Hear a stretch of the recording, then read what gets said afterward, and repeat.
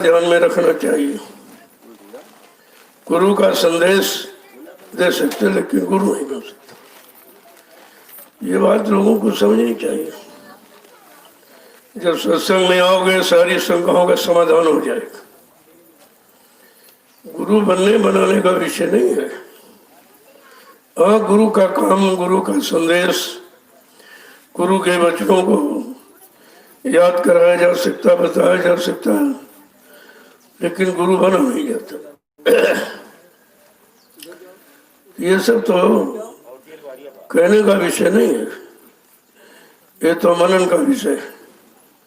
जब वचनों को सुनोगे, अपने जीवन में उतारोगे और एक एक वचन का आधार बन जाएगा तो सारी शंकाओं का समाधान हो जाएगा। नहीं तो शंका तो रहती लोगों में। कितनी बार आपसे कहा गया सत्संग में कि शंका मत करना, शंका बड़ी दुखदाई। इतनी दुखदाई अगर परिवार में शंका आ जाए तो भाई भाई में तुरंत बंटवारा करा देती। यही शंका अगर पति पत्नी के बीच आ जाए तो कोर्ट कचहरी मुकदमा अदालत तलाक करा देती। अगर गुरु में शंका है तो इसका मतलब आपने गुरु को पहचाना नहीं। गुरु यहाँ कोई बन सकता, ये तो कभी भी भूल में नहीं करना चाहिए। अब जिनको ये जानकारी नहीं है तो मतलब यानी वो समझते नहीं इस चीज को। तो जो वचनों का प्रचार होता है वो गुरुवाणी होती है। गुरुवाणी अमर, अजर अमर अमिट, उसे कोई मिट नहीं सकता। जो जो समय के गुरु ने कहा वो तुम्हारे सामने हुआ। चाहे पिछले इतिहास को पढ़ लो, चाहे वर्तमान को पढ़ लो, तो तमाम तरह की शंकाओं लोगों में रहती है। भाई गुरु बन गए, गुरु बन गए। जब आपसे ये कहा गया कि जय गुरुदेव नाम प्रभु का, तो प्रभु तो कोई नहीं बन सकता। हाँ, प्रभु नाम का प्रचार होता है। जो प्रभु नाम का प्रचार करता है उसको कभी कभी लोग प्रभु ही कह देते हैं। उदाहरण के लिए, ऐसे तुम्हारे गांव में मोहल्ले में कोई सब्जी बेचने वाला, कपड़ा बेचने वाला आ जाए तो नाम तो उसका नहीं जानते, लेकिन यही कहते हैं भाई कपड़े वाले इधर, सब्जी वाले इधर। जिस वस्तु का प्रचार कर रहा है उसी से उसके नाम को जोड़ दिया जाता है, लेकिन एक्चुअली वो नाम उसका नहीं है।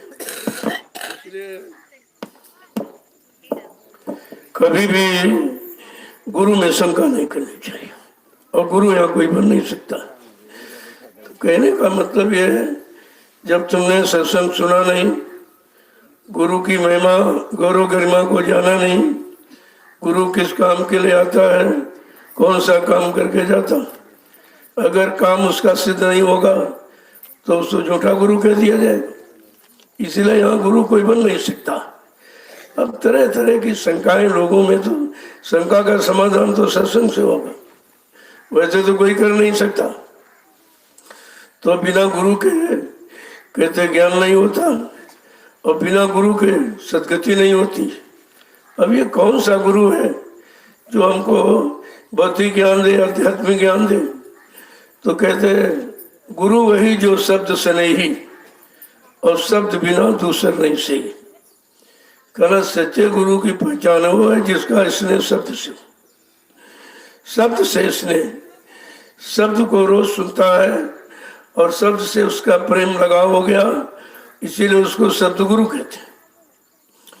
तो अक्षर ज्ञान गुरु अलग, शब्द गुरु अलग।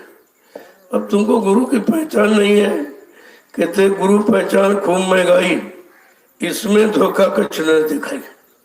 कहा कि गुरु में धोखा नहीं होता, गुरु जो कहेगा वो करके दिखाएगा। और यहाँ करने का किसी को काम मालूम नहीं है कि कब कौन सा काम कैसे होगा, इसलिए सारे वचनों को पहले से पहले आपको जानकारी दे दी गई, ताकि कोई नकली गुरु बनकर मतलब प्रेमियों को इधर उधर न कर दे। ये चीज आपको समझनी चाहिए।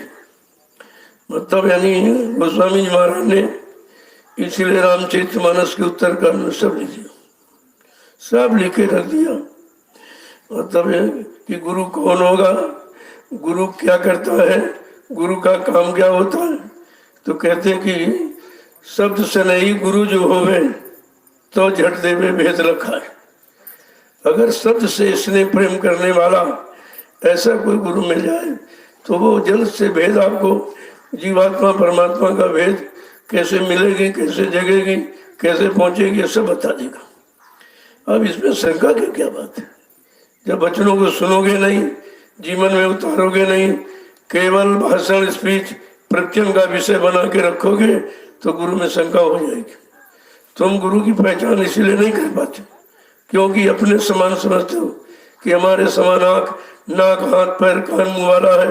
अरे भी मानव तन में तो आएगा, लेकिन वो मानव तन तो विशेष ही होता है जिससे गुरबाणी सतवाणी मतलब निकलती है और प्रेमियों को जगाती है, प्रेमियों को उस तरफ मोड़ती है और उस तरफ ले जाती है। तो कहते हैं कि गुरु में धोखा नहीं होता। अब ये तमाम लोग इस तरह की चर्चा कर रहे हैं। मैंने बहुत सुना है तरह तरह की बातें कि वो जय गुरुदेव बन गए, अपने को जय गुरुदेव कहते। ये कौन कह सकता है और बन कौन सकता? ये कोई बनने बनाने का विषय है, ये तो करने का विषय है। जिसकी करनी मतलब यानी शब्द नाम कमाई की प्रति होगी तो वो तो गुरु कहलाएगा। तो पहचान होती है उसकी, ऐसे नहीं, ऐसे कोई नहीं कर सकता। जय गुरुदेव, जय गुरुदेव, जय गुरुदेव, जय गुरुदेव नाम किसका? जय गुरुदेव नाम किसका? जय गुरुदेव नाम किसका? प्रभु का प्यारा नाम। समृद्ध दयालु पूज्य स्वामी जी महाराज आज के इस नैमिषारण्य की तपोभूमि पर प्रातःकालीन लघु सत्संग में सम्मिलित होने वाले समस्त सत्संगी प्रेमी जन, गुरु वचनों को बड़े ध्यान से सुनना चाहिए क्योंकि यहाँ सत्य है तो गुरु वचन, बाकी कोई सत्य नहीं। इसलिए जो सचखंड सतलोक से आया हो सत्यवाणी और जीवात्माओं को सतलोक पहुंचाने की केवल चर्चा करता है और उसके बाद इधर उधर की कोई चर्चा नहीं। कोई धन की, कोई दौलत की, कोई सामान की, सम्मान की, ऐसी तो कोई चर्चा नहीं करता और न किसी चीज की इच्छा रखता है। वो इस सबसे परे है। उसको मान सम्मान ये सामान की जरूरत नहीं है क्योंकि ये तो भौतिक है। जो भौतिक जगत में आया और भौतिक जगत की चर्चा कर रहा है और भौतिक जगत के सुख सामान पाने की इच्छा कर रहा है, कहते वो गुरु नहीं है, तो गुरु हो ही नहीं सकता। इसलिए गुरु शब्द तो बहुत बड़ा है, बड़ा महान है, बड़ा विस्तृत है। गु माने अंधकार, रू माने प्रकाश। जो अंधकार से प्रकाश की तरफ, अधर्म से धर्म की तरफ, झूठ से सत्य की तरफ, दानवता से मानवता की तरफ हम सबको ला के खड़ा कर दे, ऐसी चेतन शक्ति को मृत्युलोक में गुरु कहते। तो ये कौन बन सकता है? कोई बनने बनाने का विषय। तो जब समझोगे नहीं तो उलझ जाओगे, अगर वचन नहीं समझे तो उलझ जाओगे, शंका पैदा हो जाएगी, भूल भ्रम संदेह में चले जाओगे, पूरा जीवन इसी में तुम्हारा निकल जाएगा और मिले मिलाएगा कुछ नहीं। तो इसमें शंका क्या करते? अरे भाई, जिस महापुरुष ने जय गुरुदेव नाम जगाया उसने कभी नहीं कहा कि मैं जय गुरुदेव हूँ या जय गुरुदेव मेरा नाम। तो यहाँ बीच में कोई कैसे बन जाएगा? ये तो आपको विचार करना चाहिए। इस तरह मैंने मन से कभी ऐसा नहीं कहा कि मैं जय गुरुदेव हूँ या जय गुरुदेव हमको मान लो या हम गुरु हैं। मैंने ऐसा कभी शब्द उच्चारण ही नहीं किया क्योंकि वो झूठ यहाँ कहा नहीं जाएगा। और महापुरुष कोई ये कहता नहीं नहीं हम हैं, हमको मान लीजिए मान लीजिए। संत, सूर्य और सरिता ये कभी नहीं कहते। जब सूरज निकलता है क्या वो कहता हम सूरज हैं, हमारे पास आओ, उठो उठो। जो जब एक दूसरे को एहसास होता तो तुम एक दूसरे को जगाते हो, उठो भाई सूरज निकल आया, सूरज निकल आया। और नदी बहती है कभी नहीं कहती हमारे पास आओ, हमारे पास जल है, ठंडा है, प्रयोग कर लो। तुम खुद ही जब उसके पास जाते हो और प्रयोग करते हो तो तुम ही चिल्लाते हो। ऐसे ही ये तीन स्थिति, संत, सूर्य और सरिता, ये कभी कुछ बनते ही नहीं। न अपने को कुछ कभी कहते तो दूसरा कैसे कह देगा। ये वचन आपको बड़ी गहराई के साथ समझना चाहिए। मैंने तो मन से कभी नहीं कहा कि मैं जय गुरुदेव हूँ या मैं जय गुरुदेव बनता हूँ या आप लोग हमको जय गुरुदेव मान लो। मैं यही कहता, ना मैं स्वामी जी बनता, ना मैं गुरु जी बनता, ना कोई संत महात्मा फकीर बनता हूँ। मैं तो जो हूँ आपके सामने बैठा हूँ और जो बोल रहा हूँ आपके सामने बोल रहा हूँ और सारे हिंदुस्तान में बोला हूँ। ये तो कोई पर्दे की बात तो रही नहीं। मैंने कोई छिपाव रखा नहीं, अपना स्वार्थ, लोभ, लालच, मान सम्मान कभी रखा नहीं और न कभी इसकी इच्छा है। अब ये प्रेमी है, जब सुनते हैं इनके अंदर कोई श्रद्धा सेवा भाव बना तो ये अपना सामान देते हैं। तो हमने कहा हमको तो जरूरत नहीं है, लेकिन आपने कर दिया, तुम्हारा सही जगह लगा देंगे, सही जगह आपको लगा देंगे। और लग रहा है और देख भी आप रहे सब। तो यहाँ शंका का तो कोई विषय ही नहीं। लेकिन अब जिसमें शंका है, तो जिसमें शंका भर गई उसे नहीं निकाला जा सकता। जब सत्संग वचनों को सुनोगे, सत्संग में आओगे तो सब चीज सुन लोगे।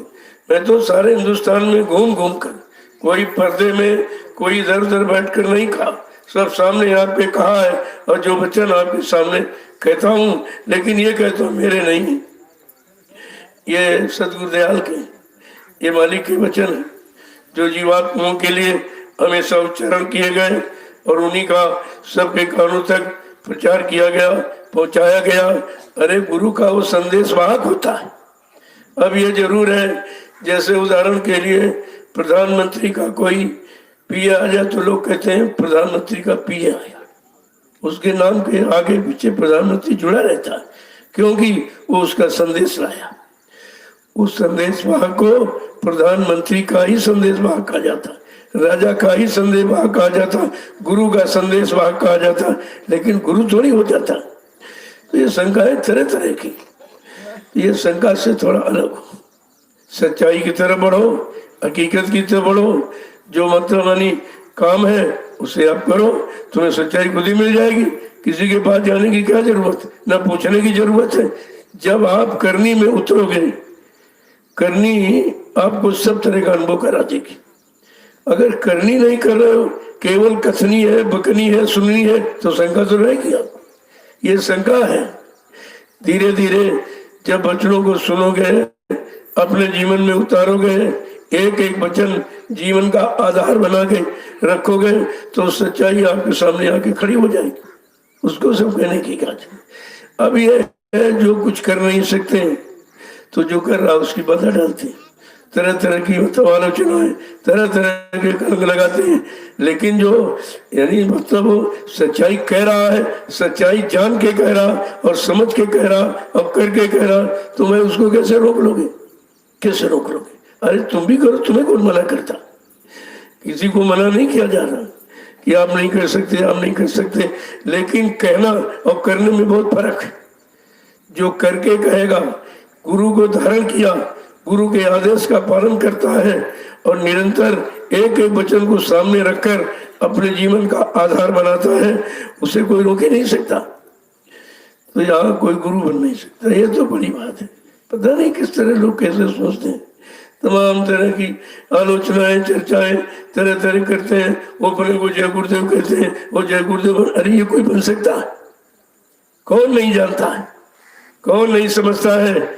जब समझ गए और जान गए और गुरु को आपने पकड़ लिया, तो फिर तुमको गुरु की सच्चाई से तुम कैसे भटक रहे। ये भटकने का विषय नहीं है।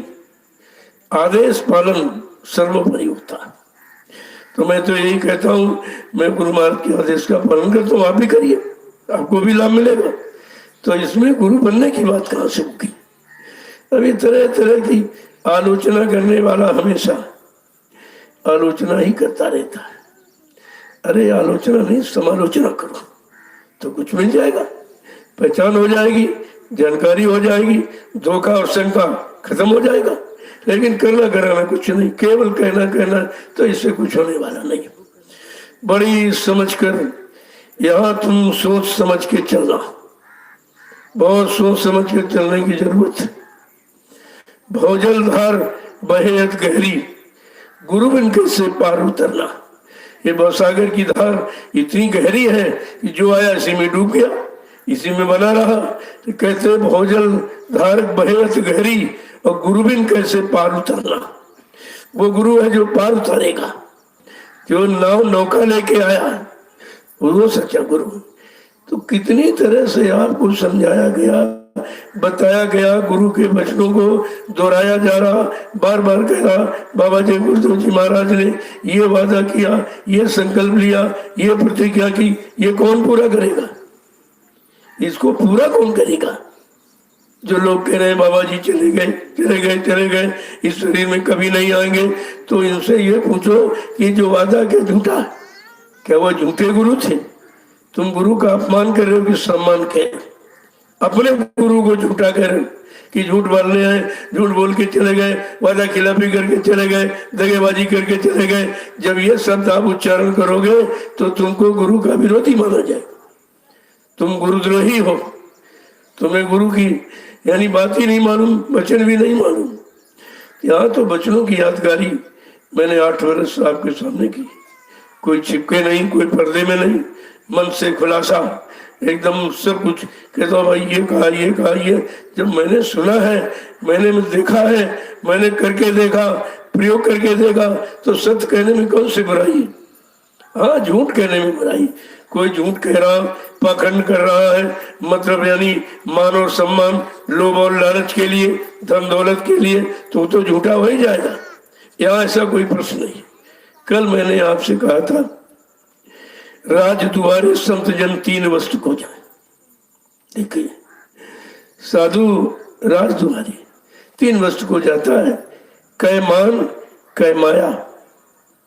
या तो मान हो या माया हो या मान सम्मान। देखिए, कै मान कै माया कै मीठा, 3 वस्तु को राज दुआरे साधु जन 3 वस्तु को जाए। अगर 3 वस्तुओं को यानी चाहने वाला है तो फिर साधु नहीं है। कैसे साधु करे? जो सारे स्वादों से अलग है, सारे वासनाओं इच्छाओं कामनाओं से अलग है, जो काम करो लोभ मोह अहंकार ईर्ष्या राग जो सबसे अलग खड़ा है, वो साधु है। तो तुमको जब साधु की परिभाषा नहीं मालूम, साधु की करनी नहीं मालूम है, साधु किस लिए आता, साधु किसे कहते हैं, क्या उसने साधा, क्या पकड़ा, क्या छोड़ा, जब कुछ जानकारी आपको नहीं है तो तुम तो शंका में रह जाओगे। जब साधु नहीं, देखो साधु अलग है, गुरु अलग है, संत अलग है, सतगुरु अलग है, और परम संत इन सब से अलग है। जब अलग अलग आपको पहचान बता दी गई तो इसमें शंका का विषय कहाँ रहा? अब वो पहचान आप नहीं कर पाते। जब पहचान करोगे कैसे? जब आप संग सोबत करेंगे, जो बताया जाए उसको अपनी करनी में उतारो, कर्म में, दैनिक जीवन में, कार्यों में परिणित करो, तो सारी सच्चाई तुम्हारे सामने आके खड़ी हो जाए। तो ये तरह तरह की हमेशा होती नहीं, ऐसा नहीं जो भी आया उसको शंका का शिकार बना के रखा। एक तो कुछ करते नहीं, दूसरा कर रहा उसे करने नहीं देते। ये तो स्वभाव आदत आलोचना करने वालों की हमेशा रही है और रही है। लेकिन भले भलाई करते हैं और बुरे बुराई करते हैं। उनका कार्य बुराई करना और उनका काम भलाई करना, ना वो भलाई छोड़ेंगे ना वो बुराई छोड़ेगा, दोनों बनी बनी जगह पर। अब आपको समझना है कि बुराई से क्या लाभ है, भलाई से क्या लाभ, हमें बुराई लेनी चाहिए कि भलाई पकड़नी चाहिए, ये तो विषय प्रेमियों का होता है और इसीलिए सत्संग चर्चा की जाती है। तो मैंने तो सबके सामने जो जो कहा है, हमारा सब कैसेट बना, सुन लीजिए आप। मैंने कभी नहीं कहा कि मैं स्वामी जी बनता, मैं गुरु जी बनता, मैं जय गुरुदेव बनता, मैं अपने को जय गुरुदेव कहता। कभी किसी ने सुना ही नहीं। जब ये हुआ ही नहीं तो अपनी तरफ से ये केवल ईर्ष्यावश कहते हैं। ये तो कुछ कर नहीं सकते, 4 आदमी इकट्ठे नहीं कर सकते और उनको सही रास्ते पर चला नहीं सकते, उनको सत्संग और सेवा और मतलब यानी भजन बता भी नहीं सकते। तो क्या सच्चाई बताना भी जुर्म है? सच्चाई बताना और सच्चे रास्ते पर चलाना और सही सच्ची दिशा देना, क्या ये भी बुराई है? तो ये तो आपको समझना चाहिए। मेरा संदेश सारे हिंदुस्तान में जा रहा, सभी लोग सुन रहे हैं। और मैं बराबर लोगों के सामने कहता हूँ, ऐसा नहीं कहता कि मैं कुछ नहीं हूँ। मैं तो अपने आप को कुछ कहता ही नहीं और ना कुछ मैं हूँ।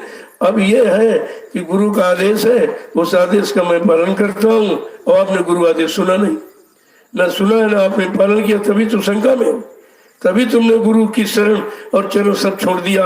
अगर तुमने सुना होता और समझा होता, अपने जीवन में उतारा होता और लाभ मिला होता, तुम गुरु को भी नहीं छोड़ते। तो गुरु कोई ऐसी सी वस्तु है क्या जो मतलब यानी सब बन जाएगी? तो इसीलिए गोस्वामी महाराज ने तो कहा कि गुरु बिन भवनी तरह ने कोई, और जो विरंच शंकर सोई। ब्रह्मा विष्णु महादेव के समान कोई धनवान बलवान कीर्तिमान यशमान क्यों न बन जाए, लेकिन बिना गुरु के भवसागर पार नहीं जाया जा सकता। जब एक स्पष्ट चीज है आपके सामने, अब ये भवसागर कौन पार करेगा? क्या भवसागर पार करना इतना आसान है? जब ऋषि मुनि योगी महर्ष और तारी शक्तियां ज्ञानी विज्ञानी ये नहीं पार हो पाए, उसी में गोते लगाते रहे और बेचारे उसी में रह गए, तो ये कलयुग का गंदा, हम सब साधारण कलयुग के गंदे जीव कैसे पार हो जाएंगे? तो हमें न कोई न कोई नाम नौका चाहिए, नाव को चलाने वाला कोई मल्लाह केवट खेवटिया चाहिए, तभी तो काम होगा। और उसी की ये चर्चा है, और इस चर्चा का मैं कोई खर्चा नहीं लेता हूँ। मैं तो नहीं लेता हूँ कि ये, क्योंकि चर्चा मेरी नहीं है, चर्चा सदगुरु की, उनके वचनों की। अब सुना करके कोई आधार बना रहा लाभ का, लालच का, मान का, सम्मान का, वो तो बहुत नीचे जा रहा है। ये आपको समझना चाहिए। मेरे यहाँ शंका का कोई विषय नहीं, मैं ऐसा कोई काम ही नहीं करता हूँ जो शंका की बात है।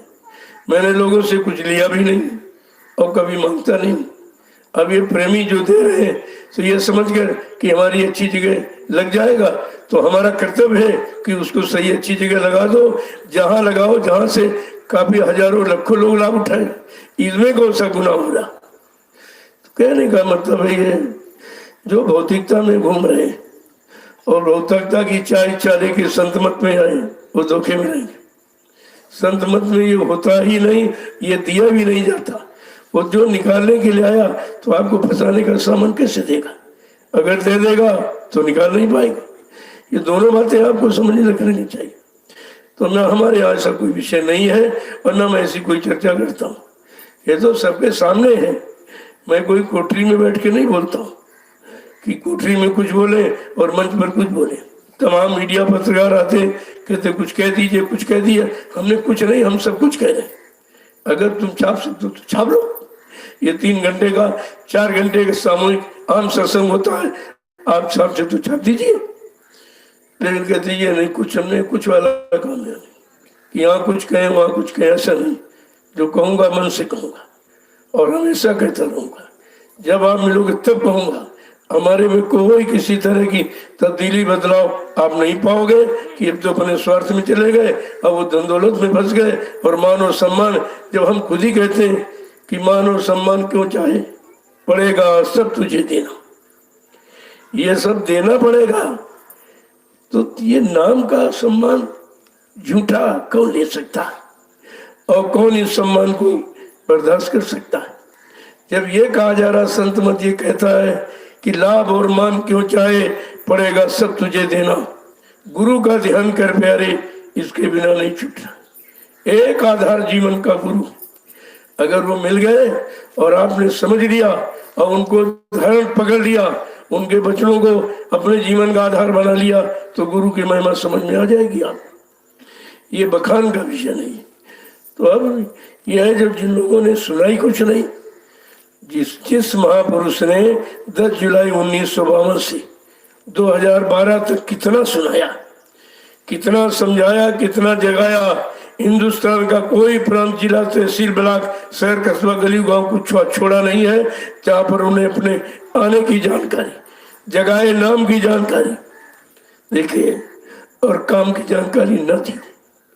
मैं तो जहां मैंने कार्यक्रम किया, सर्वप्रथम मैं यही कहता हूं कि बाबा जी को अगर लोगों ने समझ नहीं पाया था, क्योंकि उन्होंने जब ये कहा है कि मैं क्या करने आया हूं और क्या करके जाऊंगा, इतनी बात अगर समझ लेते फिर शंका खत्म हो जाती। मैं तो मन से आपके सामने कहता हूँ कि बाबा जी को कितने लोगों ने समझा, कितने लोगों ने जाना माना पहचाना, और कितने लोगों ने अपना काम बना पाया, ये भी तो बात सामने है। तो मतलब यानी जब समझ में कुछ आया ही नहीं, बेचारे भूल भ्रम में फंसे हैं, वो इस तरह की तर्क यानी कुतर्क करते, तर्क करें वितर्क करें तहाँ ठाठी। तर्क माने जानकारी के लिए, और वितर्क माने विशेष जानकारी लिए, और कुतर्क जिसको कुछ नहीं करना, जिन्हों कुछ करना नहीं है और करना आता भी नहीं है और करने पर विश्वास नहीं है, वही निंदा आलोचना बुराई का विषय बना के घुमा करते हैं। तो ऐसे कुछ होने वाला भी नहीं। सूरत पर कोई थूक नहीं सकता, जो थूकेगा थूक तुम्हारे पर आएगा। संत महापुरुषों की वचन वाणी कोई झूठ नहीं कर सकता और कर भी नहीं सकता है। वो वाणी अपने समझ में सत्य होगी कि उन्होंने कहा कि भाई सत्य के लिए ही तो मैं कह रहा हूं। अब तुमने उनको पकड़ा ही नहीं वचनों को, और उस पर चले भी नहीं, एक भी वचन तो किसी की समझ में आया नहीं, जबकि 60 बरस सुनाया गया। इतनी मेहनत, इतना परिश्रम और इतनी हमदर्दी किसी ने जताई नहीं जितनी बाबा जय गुरुदेव जी महाराज। और आपने उनको अपना गुरु बनाया, लेकिन ये भी नहीं जान पाए कि गुरु किस काम के लिए आता है और कौन सा काम करके जाता है। इतनी जानकारी अगर हो जाती तो कोई भ्रम शंका रहती आपको। तो जब वचनों को नहीं समझोगे तो फिर शंका तो रहेगी, और शंका तुमको चैन से रहने नहीं देगी। शंका तुमको विश्वास करने नहीं, महापुरुषों पर विश्वास भी नहीं करने देगी। तो ये तो विषय है, और इसको समझदारी के साथ करना चाहिए। जब मैं बराबर कहता हूँ, ना मैं स्वामी जी बनता, ना मैं गुरु जी बनता, ना संत महात्मा फकीर बनता, मैं हूँ आपके सामने बैठा हूँ, बोलना आपके सामने बोलना है, इसमें कौन सी शंका, इसमें कौन सी शंका है। लेकिन जो शंका का मरीज है उसे शंका ही दिखाई देगी। केवल सत्संग वचनों से शंका दूर हो सकती, क्योंकि वचनों में गुरु की दया है। वो बचने बचाने के लिए ही तो प्रयोग करते हैं। ये आपको हमेशा ध्यान में रखना चाहिए।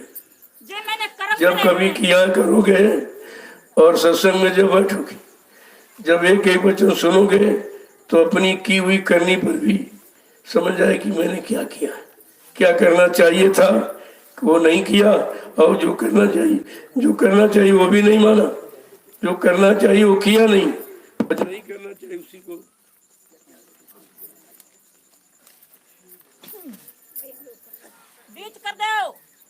बीच कर दो मेरे लिए, तुम्हें नहीं पता मैंने क्या क्या कर्म करा है।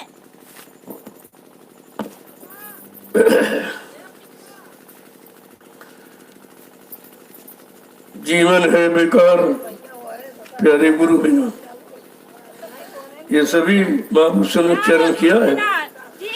और गुरु तो हर युग में गुरु, ऐसा नहीं है। अब यह है कि वो गुरु कहाँ तक की जानकारी लेके आए थे, किस मंडल मुकाम से आए थे भी नहीं मालूम।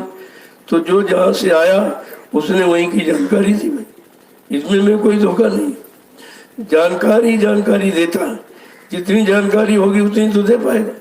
उसके आगे जब गया ही नहीं और देखा ही नहीं तो कैसे बताएगा।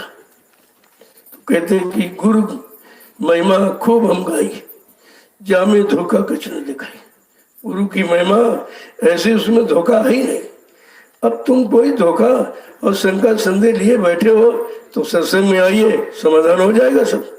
सत्संग में आना नहीं, वचनों को सुनना नहीं, उनको मानना भी नहीं, जीवन में उतारना नहीं, तो आपको कुछ नहीं मिलेगा जब करनी में उतारोगे। तो बात तो वही की जा रही है कि अगर लोगों ने करनी में उतारा होता तो आज ये भटक क्यों, गुरु को ऐसे छोड़ के चले गए। इसलिए मैंने गुरु को पहचाना नहीं, गुरु को समझा नहीं, गुरु के काम को नहीं जाना। अगर जान जाते और थोड़ा बहुत अपने जीवन में उतार कर कुछ लाभ और दया प्राप्त कर लेते, वो कभी नहीं छूटता। तो जिन प्रेमियों ने भजन किया है, गुरु आदेश का पालन किया है, वो अपनी जगह बैठे, उनमें कोई शंका नहीं। अब यह है कि अगर सत्संगों में आए तो और मजबूती हो जाएगी उनकी, और दृढ़ता बन जाएगी। मतलब तो सत्संग तो कहते करिए नित्य सत्संग, ये तो रोज के लिए लिखा है। करिए नित्य सत्संग, बाधा सकल मिटाए, फिर ऐसा अवसर न मिले दुर्लभ नर्तन पाए, कल हर रोज दर रोज प्रतिरोध सत्संग करो। बाधा, संपूर्ण बाधाएं और शंकाएं सब खत्म हो जाएंगी।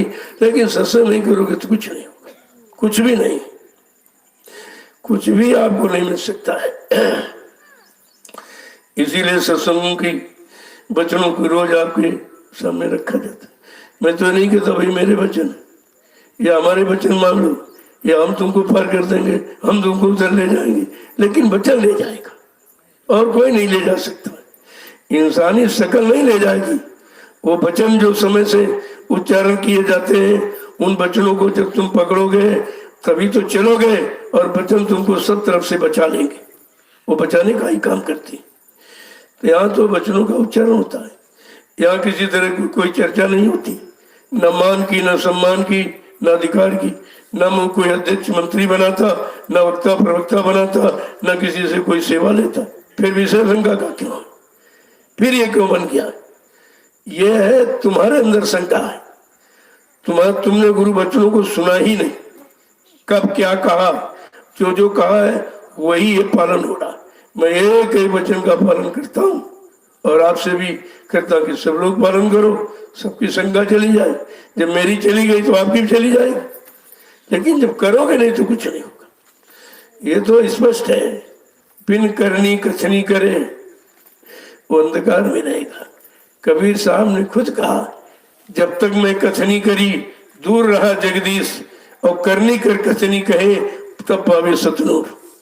जब करनी करके वो प्राप्त होगा, कहते सतनूर, वो जो यानी परम प्रकाश पाने का अधिकारी बन जाएगा। जहाँ परम प्रकाश है वहाँ अंधकार रह ही नहीं सकता, वहाँ शंका संदेह भूल भ्रम रह ही नहीं सकते।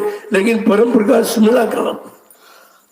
स्पष्ट करके कहा संतों ने, परम प्रकाश रूप जिन्नाती, न चाहिए घर दिया और बाती। वो ऐसा परम प्रकाश है, वो देश ही ऐसा है प्रकाश में, वहाँ अंधकार इस तरह से मतलब तेल बत्ती डालने की वहाँ जरूरत नहीं है। वो तो हमेशा है प्रकाश ही प्रकाश रहता है। उसी प्रकाश की ये चेतन जीवात्मा है, और उसी प्रकाश में देश को ले जाने पहुंचाने की महापुरुषों ने बात की। तो ये बात वचन कहना भी क्या जुर्म है? सच जो संत वचनों को छिपाता है वो संत का द्रोही कहलाता। जो गुरु वचनों को छिपाएगा वो गुरु का द्रोही कहलाएगा। जिससे धर्म की स्थापना होती है, संत महापुरुषों की भूमिका व्यवस्था को जो छिपाएगा वो धर्म का द्रोही कहलाएगा। तीन द्रोह में लोग फंसे पड़े। पहले उससे अलग हो तब बात करो। तुम तीन द्रोह में फंसे पड़े हो, तुम चर्चा ही क्या कर सकते हो? तुम सत्य तक पहुंचे नहीं हो तो सत्य का भान तुमको है नहीं, तो तुम सत्य की बात कैसे कह सकते हो? ये सब चीजें लोगों के सामने मैं तो रोज कहता हूँ, क्योंकि वही कहता हूँ जो हमने सुना, और सुन करके हमने गुना और धुला और उसको किया। जब उसका लाभ मिला तो उन्हीं वचनों को आपके सामने कहता हूँ कि आप इन वचनों को अपनाइए, जीवन में उतारिए, तुम्हारा भी काम हो जाएगा। लेकिन बगैर वचनों के आप बच नहीं सकते। वो वचन बचाने के लिए ही उच्चारण किया जाता। अब गुरु वचन, संत वचन, गुरबाणी, संत वाणी आपको मालूम नहीं, तो गुरबाणी जब तुम्हें नहीं मालूम है, गुरबाणी तो कहती सतगुरु गुरु बहुतेरे। ये गुरबाणी है कि सतगुरु समय का एक ही आता और गुरु बहुत आ जाते, बहुत आए। सतगुरु है गुरु बहुतेरे। इसीलिए शंका समाधान के लिए कहा गया कि प्रथम गुरु पिता और माता, जो है रक्त बीज के दाता। दूसर गुरु भाई वो ताई, जो गर्भवास की मैल चुराई। तीसर गुरु नाम दो धारा, लैला नौ जो गाँव पुकारा। चौथा गुरु जो शिक्षा दीना, तम संसारी मार्ग जीना। पांचवा छठवां गुरु भरम सब तारा, ओमकार से नाता जोड़ा। लेकिन सतवां सतगुर और शब्द लखाया, और जहां का जीव तहां पहुंचाया। तब यह सतगुरु बन कौन सकता? ये काम कोई कर देगा कि वो बनेगा कैसे? तो तुम्हारे में शंका क्यों है? वचनों को नहीं सुना, वचनों का पालन नहीं किया, तो शंका से नहीं बच पाए हो। तो इसलिए एक ही वचन को जब मानव जीवन में एक ही वचन को उतारोगे तो तुम्हारा जीवन ही बदल जाएगा। जब जीवन बदल जाएगा, सच्चाई मार्ग पर चलने लगोगे तो सत्य की तरफ पहुंच जाओगे आप। लेकिन चलोगे नहीं तो मंजिल थोड़ी तय हो सकती, तो चलना पड़ेगा। केवल कहना और भाषण सुनाना और करना कुछ नहीं तो मंजिल तय, भाषण स्पीच प्रवचन से मंजिल नहीं तय होगी। उसके लिए आपको चलना पड़ेगा। लेकिन कहाँ चले, किधर चले, क्यों चले, किस काम के लिए चले? जब तक सत्संग नहीं सुनोगे तब तक मजबूती नहीं आएगी। मजबूती नहीं आएगी तो कहीं भी फंस सकते हो, कहीं शंका, किसी में भी शंका करते। तो कहना गुरबाणी किसी प्रेमी के मुख से हो। मैं तो यही कहता, किसी प्रेमी के मुख से अगर गुरु वचन हो रहा आपको जाके सुनना चाहिए, क्योंकि वचन उसका नहीं है, गुरु का। अब ये जरूर है, अगर आपने सत्संग पूरा सुना होता तो बाबा जी ने तो ये भी कहा जो मेरा संदेश लेके आए, बच्चा तुम समझ लेना मैं आ गया हूँ। क्योंकि वो तुम्हारे रिश्ते नाते जात बिरादरी से नहीं आएगा, वो मेरे रिश्ते से आएगा।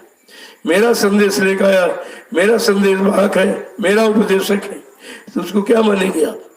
झूठा मानेंगे? झूठा मानेंगे या तो झूठा उसको मान रहे तो उसका संदेश है ही नहीं, तो सतगुरु का है। तो तुम सतगुरु को झूठा मान रहे हो, उनका अपमान कर रहे हो, उनमें शंका कर रहे हो, तुम उनकी निंदा कर रहे हो। अभी तक तुम यही नहीं समझ पाए हो कि हमें क्या करना चाहिए, क्या ना करना चाहिए। अगर ये समझ लेते तो ये सब चर्चाएं खत्म हो जाती, एक चर्चा रह जाती गुरु की। अगर गुरु चर्चा रह जाती तो सारी चर्चाएं खत्म हो जाती। और ये चर्चा तो यही ब्रह्म भूल संदेह पैदा करने वाली, इसी में उधेड़ बुन में पड़े रहोगे और समय निकल जाएगा। फिर कहते हैं मानव जीवन मिलेगा नहीं, आप ये बार बार थोड़ी मिलेगा। तो हमारी आशंका का कोई विषय नहीं। मैं कहता मैं तो अपनी बात कहते नहीं, कुछ मेरे पास कुछ है ही नहीं, वो तो दिया हुआ है, उपदेश है 1971 में। नोट कर लो, जो इस तरह की शंका संदेह करते हैं उनको ये पढ़ना चाहिए। 1971 में बाबा जी ने क्या कहा, जब तक सतयुग जैसी व्यवस्था नहीं आ जाती, सबको रोजी रोटी नहीं मिल जाती, महंगाई, गरीबी, बेरोजगारी नहीं खत्म हो जाती है, और धार्मिक देश में ये गंदा खान पान करके बीमारी तरह तरह की पैदा हो गई है, जब तक आप ये नहीं करोगे। और कहा ये मेरा कल्याणकारी, समाज हितकारी, कल्याणकारी और आत्म कल्याणकारी ये संदेश जन जन के कान तक पहुंचाते रहना, आदेश तो ये है। मैं उसी आदेश का पालन करता हूँ। अब ये तुम्हारी चर्चा नहीं करता, तुम्हारे लिए कुछ नहीं कहता। तुमको नहीं कुछ कह देंगे तो हमको कुछ मिल जाएगा, तो हम क्यों कह देंगे? तुम कहिए, तुम भी समाज जोड़िए और एक मंच लगाकर कहना शुरू करिए, तो तुम्हारी समझ में आएगा ये सब क्या है।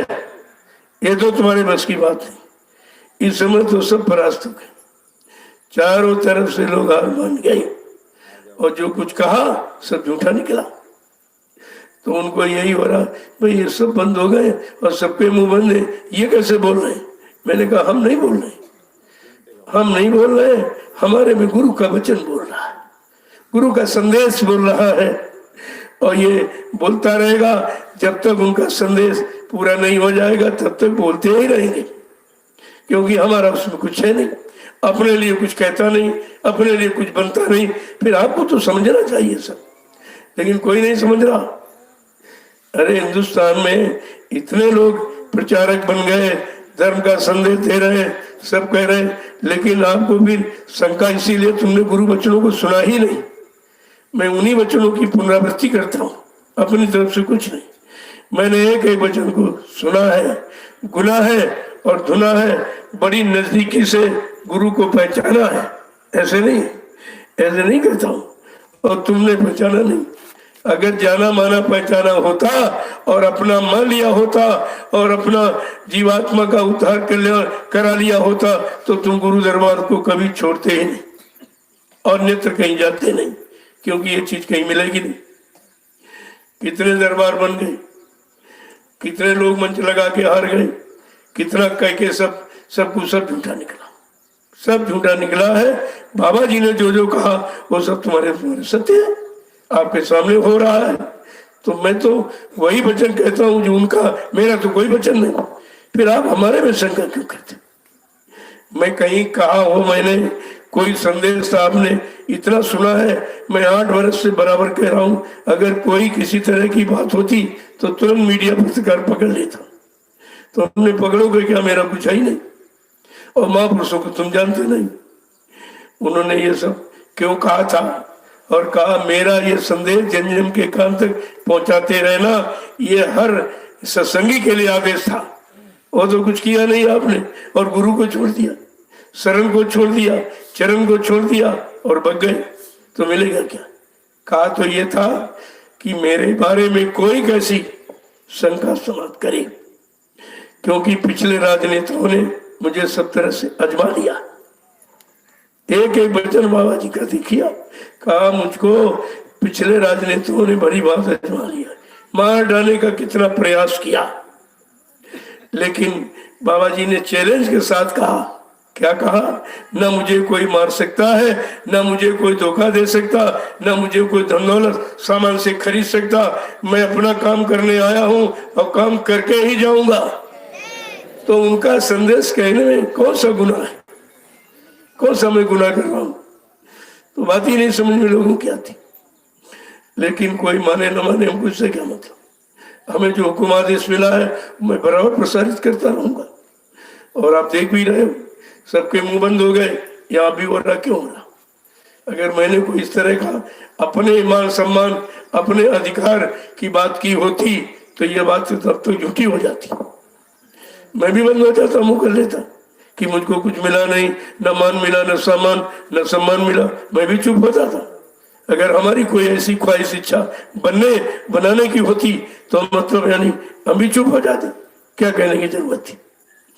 भाई जब सामने हो रहा है, डंके की चोट पर कहा जा रहा है, और मैं अपनी बात नहीं कहता हूँ, अपने गुरु की बात कहता हूँ, तो इसमें कौन सा गुनाह हो रहा। फिर इसमें बनाने की बात कहाँ बीच में आप ले आए। जय गुरुदेव, जय गुरुदेव, जय गुरुदेव। नाम किसका, जय गुरुदेव। नाम किसका, प्रभु का प्यारा नाम, वो स्पष्ट है, ये प्रभु का नाम है, किसी आदमी इंसान का नहीं। तो आदमी इंसान अपने को कैसे कह देगा कि हम, कौन कह देगा, कौन इसे सिद्ध कर देगा, किसने और नाम को जगाया है जो कह रहा हम गुरु हैं, हम गुरु, ऐसा कुछ नहीं। जो जगाता है वही गुरु कहलाता है, और जो जीवात्माओं को जगाता है और घर पहुंचाता है वो मालिक कहता है। ये दोनों चीजें आपको ध्यान में रखनी चाहिए। जब जब संत जगत में आवे, खोज भाग उनके ढिंग जाओ, हाजिर रहो गिरो चरणों में, करो बंदगी निश्चित। कितना स्पष्ट है कि संत महापुरुष जब जब संसार में आते हैं, अगर उनके करीब जाकर सिजदा प्रणाम करो, उनके वचनों को सुनो, उनमें प्रेम प्रतीत पैदा करो, तो तुमको तुम्हारा भी लाभ हो जाएगा। अब तुम उनके पास जाकर के स्वार्थ लोभ लालच देख रहे हो, हमको ये मिल जाए, वो मिल जाए, वो मिल जाए, तो वो व्यक्ति कभी न सच्चा है और न सच्चाई सबके सामने प्रदर्शित कर सकता है।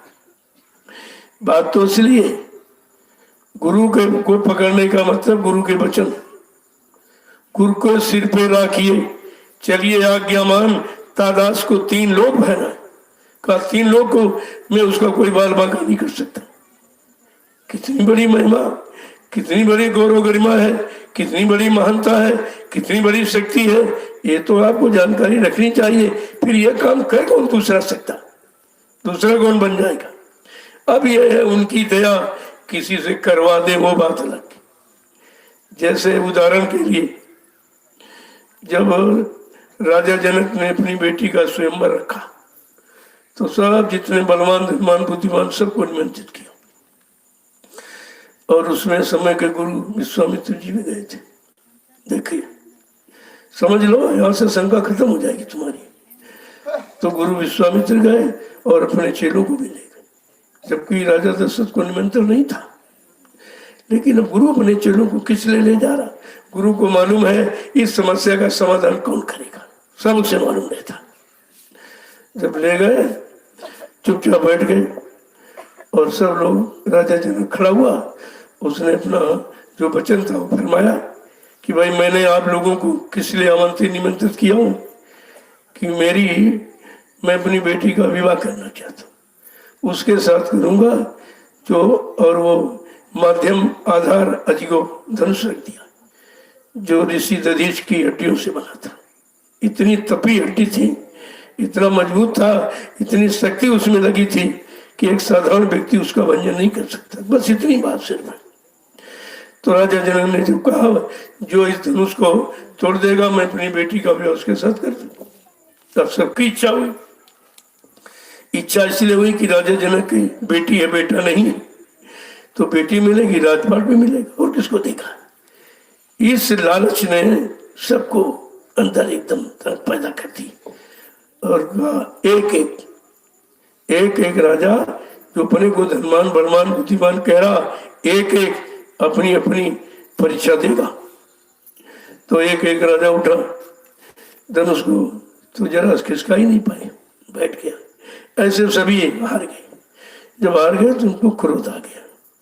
देखो जब शरीर में क्रोध आता है मानव बुद्धि समाप्त हो जाती। बुद्धि की यानी मतलब जितनी विकास शक्ति है, सोचने शक्ति, वो खत्म हो जाती। अब जब क्रोध आ गया तो कहने लगे सब लोग मिलकर उठो, चलो हजारों योद्धा उठो, धनुष को तोड़ के फेंक दो। अब मर्यादा खत्म हो गई। जहाँ मर्यादा, जहाँ प्रतिज्ञा, जहाँ वचन खत्म हो जाता है वहाँ कुछ नहीं रहता। अब सब हजारों योद्धा उठे, सहस बहुत सब एक ही मारा, उठा मैं टरन उठारा। हजारों योद्धा उठे, उनसे भी धनुष नहीं उठा, वो भी उनसे भी नहीं उठा, और सब हार गए।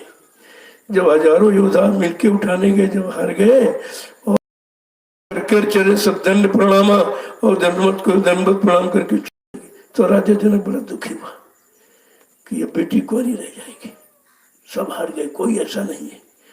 जब उसने कह दिया कि धरती कोई वीर नहीं रहा, वीर विहीन धरा हम जानी, का हमने आज जान लिया कि धरती वीरों से खाली। कहने का मतलब हमारा है कि राजा जनक अपने को योगी कहता था कि मैं एक विदेव हूं, देव होते भी अपने को विदेह कहता, मैं सब भूल गया हूं। और कहा मैंने शरीर के 8 योग के अंग हैं उसको मैंने पूरा किया। अष्टांग योगी, यम नियम संयम प्राणायाम प्रत्याधार ध्यान धारणा देश समाधि, ये 8 है। और योगी होकर भी ये नहीं पहचान पा कि गुरु कौन है, चेला कौन है। चेले गुरु की पहचान उसको भी नहीं। ब्राह्मण रावण 4 वेद 6 7 18 उसको भी नहीं। और बाणासुर बलवान वो भी नहीं पहचान पाया। और सबसे बड़ी बात है परशुराम जी बाल ब्रह्मचारी, वो भी नहीं पहचान पाए कि गुरु कौन है, चेला कौन। जब गुरु चेले की पहचान नहीं है, ये कलयुग का जीव कैसे समझ लेगा। कभी गुरु को, चेले को गुरु कह देगा, कभी कहते गुरु कुछ नहीं है, ये सब बेकार को झूठ बोलते हैं। इसी तरह की चर्चा आप करोगे। तो हमारा कहने का मतलब ये है कि गुरु कब बोलता है। अगर चाहते तो राम से तुरंत धन तुड़वा सकते थे, ये शक्ति गुरु में होती है। अपने चेले से वो सब कुछ करा सकती, लेकिन वैसे चेला कुछ नहीं कर सकता। अब बहुत से चेले थे, वो राम को ही क्यों पकड़ा। भाई 4 बेटे थे राजा दशरथ के यहाँ, उनमें से भरत शत्रुघ्न को क्यों नहीं मांगा, राम लक्ष्मण को मांगकर क्यों ले आए कि गुरु को मालूम है किससे काम होगा, वो जानकारी उसके पास। तो राम लक्ष्मण को मांग के ले आए, अपने आश्रम पर रखा और पढ़ा लिखा कर, मतलब जो धनुर्विद्या सारी नीतियों का भंडार गुरु ने चेले को दे दिया। अब कैसे गुरु देता, चेला कैसे लेता, आदेश पालन करके। जो आदेश हुकुम का पालन करेगा वो गुरु की सारी यानी मतलब सारा ज्ञान पाने का अधिकारी हो जाएगा। और हमने सब कुछ प्राप्त कर लिया। और जब प्राप्त कर लिया, उनको मालूम था कि मैंने सब कुछ सिखा दिया है और सब कुछ बता दिया है, इसके अलावा धरती पर कोई नहीं है जो वो काम कर दे। तब ले आए, चुपचाप बैठे, कुछ नहीं बोले। जब ये शब्द आया कि वीर विहीन धरा हम जानी, कितना बड़ा शब्द है कि सब नामर्द हिजड़े हैं, कोई वीर रहा ही नहीं। गुरु कब बोलता है, जब सब हार जाते, उस समय राजा जनक राजा था, आज प्रजातंत्र में प्रजा ही राजा है और प्रजा हार चुकी। उसके बस का कुछ नहीं रहा, कुछ कोई उसको दिया नहीं, ना कोई दे सकता है। तो ये प्रजा, जो प्रजातंत्र में प्रजा ही राजा है, आज राजा जनक की तरह प्रजा भी रो रही कि मेरा काम कोई नहीं कर सकता। देखिए कितनी बड़ी बात है। तो विश्वामित्र जी चुपचाप बैठे। जब ये शब्द सुना तब वो धीरज से कहते, क्या कहते, गुरु क्या बोलता है, क्या बोलता है? विश्वामित्र समय शुभ जानी, शुभ मुहूर्त घड़ी जानकर, क्या कहते हैं? विश्वामित्र समय शुभ जानी और बोले हति सने मृदुबानी कि उठो राम भंजो शिव चापू और मेटो ताप जनक प्रताप। कि राजा जनक जिस ताप दुख से जल रहा है, इसके अंदर ये हो गया, धरती वीरों से खाली हो गई, कोई वीर नहीं रहा, सब नामर्द इजड़े रह गए। इतनी बड़ी बात कहती है, उठो इसकी शंका का समाधान कर दो, शंका के समाधान के लिए। लेकिन राम को भी शंका हुई। शंका तो हो ही जाती है, अगर शिष्य को सब कुछ दे दिया जाए तो अहंकार आ जाएगा। इसलिए काम कराते हैं, काम करने का समय होता है तो शक्ति प्रदान करते हैं, बाकी तो अगर दे दे तो अहंकार आ जाएगा। तो उनके अंदर क्या है कि उन्होंने देखा कि बड़े बड़े राजा नहीं उठा पाए, हजारों मिलके गए, वो भी नहीं उठा पाए। क्या गुरुजी ने बगैर सोचे कह दिया? ये शंका हो गई, क्योंकि क्या दिया क्या लिया ये तो कोई नहीं जान पाया। गोस्वामी महाराज ने कितना गूढ़ राज प्रस्तुत किया है, जिनको अभी तक कोई नहीं सुन पाया। लेत चढ़ावत खंचत गाड़े और काहू न रखा रहे सब ठाड़े। कितनी बड़ी बात है कि लेत क्या ले लिया, क्या कहाँ चढ़ा दिया और क्या शक्ति प्रदान करके और इतना बड़ा काम करा दिया। सब देखते रह गए कि गुरु ने दे क्या दिया। वो तो है गुरु बल, जो सबको नहीं, जो उस काम के काबिल होता उसी को गुरु बल प्रदान करता है। और अपनी बल से वो देखिए करा दिया, किया उन्होंने। धनुष राम ने नहीं तोड़ा, धनुष गुरु के बल से टूटा, लेकिन जो बल शक्ति प्रदान की वो कोई देख नहीं पाया। ये है देना, ये तो देना है। जब विश्वामित्र शारीरिक सामाजिक गुरु थे, उनको उस समय के यानी मतलब रावण जैसा ज्ञानी नहीं समझ पाया, धनवान बलवान ब्राह्मण गति बाणासुर नहीं समझ पाया, ब्रह्मचारी परशुराम नहीं समझ पाए, योगी जनक नहीं समझ नहीं पाया, न गुरु को न चेलों को। तो आज तो सतगुरु की बात हो रही। तो ये कलयुग का गंदा कमजोर भोगी विलासी जीव क्या चेले को और सतगुरु को समझ लेगा? क्या इसकी बस की बात है? प्रमाण तो ये दे रहा है कि विश्वामित्र सामाजिक सारे गुरु आत्मिक गुरु नहीं थे, शारीरिक गुरु थे। जब उनको उस समय के यानी ध्यानियों ने नहीं पहचान पाया, उनके चेले राम को भी नहीं पहचान पाया, तो आज का ये कलयुग का भोगी विलासी जीव क्या सतगुरु उनके चेलों को समझ लेगा? ये बात आपको पकड़नी चाहिए। इतिहास सब जानकारी देता है, लेकिन तुमने सारे युगों के इतिहास का उपहास किया है, इसकी भी तो आपको सजा मिलेगी। ये सजा ही जो शंका जैसा भूत तुम्हारे पर बैठ गया, सच्चाई अच्छाई को न समझने दे रहा है, न करने दे रहा, और न सही सच्चे रास्ते पर तुमको चलने दे रहा है। ये नुकसान ही तो है। तो जब राम को शंका हो गई तो क्या गुरु ने शंका किया था या गुरु को छोड़ दिया था? नहीं, क्या किया? गुरु ही प्रणाम मने मन कीना, तब राघव उठा ठंडीना। अंदर में गुरु को प्रणाम किया। जब कोई शंका आती है तो प्रणाम का मतलब कुछ दया मांग रहे, कुछ लेना चाहते, अपने आप को समर्पित करना चाहते हैं। प्रणाम का मतलब ये होता है, जब समर्पित किया कि मेरे बस का कुछ नहीं, आपने आदेश दिया, आप ही जाने, आप कराने वाले हैं, हम तो निमिष मात्र हैं, अब आपने आदेश दे दिया तो ठीक है।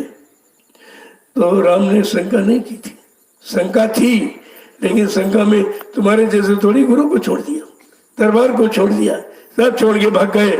देखिए उनकी शंका इधर, देखिए शंका होते हुए भी गुरु को प्रणाम कर रहे कि हमारे अंदर शंका कैसे आई आपके प्रति, अब आप ऐसी दया करें, ऐसी शक्ति दें जो शंका का समाधान हो जाए और आप में दृढ़ता, मजबूती, विश्वास बना रहे। उन्होंने प्रणाम किया। गुरु प्रणाम मनई मन कीन्हा, तब राघव उठाए थन बीना। जब गुरु को अंदर में प्रणाम किया और प्रणाम में क्या कहा, जय गुरुदेव, जय गुरुदेव, गुरु तुम्हारी जय है, गुरु तुम, यहाँ तुम्हारे पास जय और विजय, सब कुछ साधन है, सब बल है, शक्ति है, हमको शक्ति प्रदान करो ताकि आपके आदेश का खंडन न हो और हमें आदेश पालन का की सेवा मिल जाए। देखो इसमें भी दोनों बातें। तो ये समझना इतना आस, जब सांसारिक गुरु विश्वामित्र को उस समय लोग नहीं समझ आए, तो आज आत्मिक गुरु को कौन समझेगा, जो आत्मा का काम करने आए और इधर उधर दोनों का काम करने। दोनों बातें आपके सामने कही गई। बाबा जी ने दोनों वादे किए। शरीर से क्या वादा किया, मैं न्याय, सुरक्षा, रोजी रोटी की व्यवस्था करूंगा, मैं गाय गरीबी, बेरोजगारी और बढ़ते टैक्सों की भरमार को खत्म कर दूंगा। मेरे पास ऐसी योजना, भूमिका व्यवस्था है और ये मेरी भूमिका व्यवस्था के आगे एक दिन सारा विश्व नतमस्तक हो जाएगा, ये बाबा जी ने कहा। तो जब उन्होंने कहा तो उनके वचन को बताना क्या कोई जुर्म है? क्या बताने वाला गुरु बन जाएगा? ऐसा नहीं। गुरु भक्त कभी गुरु कहता नहीं है, लेकिन गुरु चाहे तो अपने समान बना लेते। लिखा भी है, गुरु कर ले आप समान, जब अपने समान बना लेंगे तभी उनका काम कोई कर सकता है, वो भी स्वयं नहीं, गुरु बल से होगा। राम ने कहा कि हमने धनुष तोड़ा, ये हमारे पास शक्ति थी, कहते नहीं, वो गुरु महाराज की दया थी। उनकी दया से गुरु वशिष्ठ कुल पूज्य हमारे और इनकी कृपा धनुष रन मारे। कहा हमने कुछ किया ही नहीं, हमारे कुल के पूजनी हमारे गुरु महाराज वशिष्ठ जी, उनके आदेश का मैंने पालन किया। जब 14 वर्ष जंगल की आदेश हुआ था तो कहा था आओ ये राशि कपड़े उतारो, सिर से मुकुट उतारो, ये उतारिए इसको, और क्या करना है, भूमि सेम बलकल बसम और कंद मूल फल का, जमीन में सोना, देखिए बलकल वस्त्र ओढ़ना और फल फूल कंद का भोजन करना, क्योंकि तुम्हारे द्वारा जो काम होगा वो तुम नहीं कर सकते हो, वो गुरु के का आदेश करेगा। आदेश क्या था, नारी नींद भोजन तले तजे खलक की आस, का नारी का और खररत व्यंजनों का और निद्रा का जो त्याग करेगा वो रावण जैसे शत्रु को मार सकेगा। देख कितनी बड़ी बात है। अगर उसी को आप समझ लेते, तुमको अपने गुरु में कैसे धोखा होता? वो तो गुरु ही थे, तुमको तो सतगुरु मिला है जो कभी आया नहीं। सतगुरु का मतलब सत्य माने ईश्वर और गुरु माने मिलाने वाला।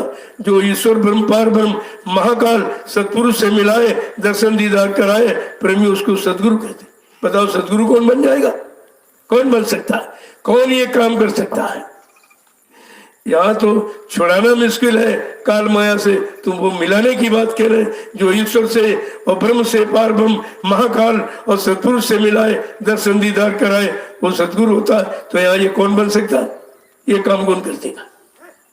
ये काम, अरे भाई काम में नाम होता, अगर काम नहीं हो तो नाम झूठा हो जाएगा। पहले काम की बात सुनो।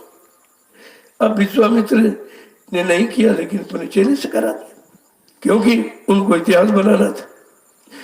गुरु चेले की महिमा उनको बतानी थी कि गुरु और गुरु का चेला कौन होता है। जो गुरु के अक्षरशः आदेश का पालन करता है, स्वप्न में भी शंका नहीं ले आता है, वो गुरु की दया पाने का अधिकारी होता। तुम्हारे में तो गुरु में शंका हो गई, सब छोड़ के भाग गए हो। उसी शंका का समाधान किया जा रहा, तुम्हारी समझ में नहीं आ रहा, करो गुरु बन गए, अपने को गुरु कह रहे हैं। अरे गुरु बना नहीं जाता। गुरु की चर्चा, गुरु का संदेश, गुरु के वचन क्यों कहे जाते हैं? क्योंकि गुरु का आदेश है। आदेश पालन करना, राम ने आदेश पालन किया तो भगवान बन गए। ये कोई बन सकता, बना सकता? नाम तो रामचंद्र था, राजा दशरथ के लड़के थे, लेकिन भगवान किसने बनाया?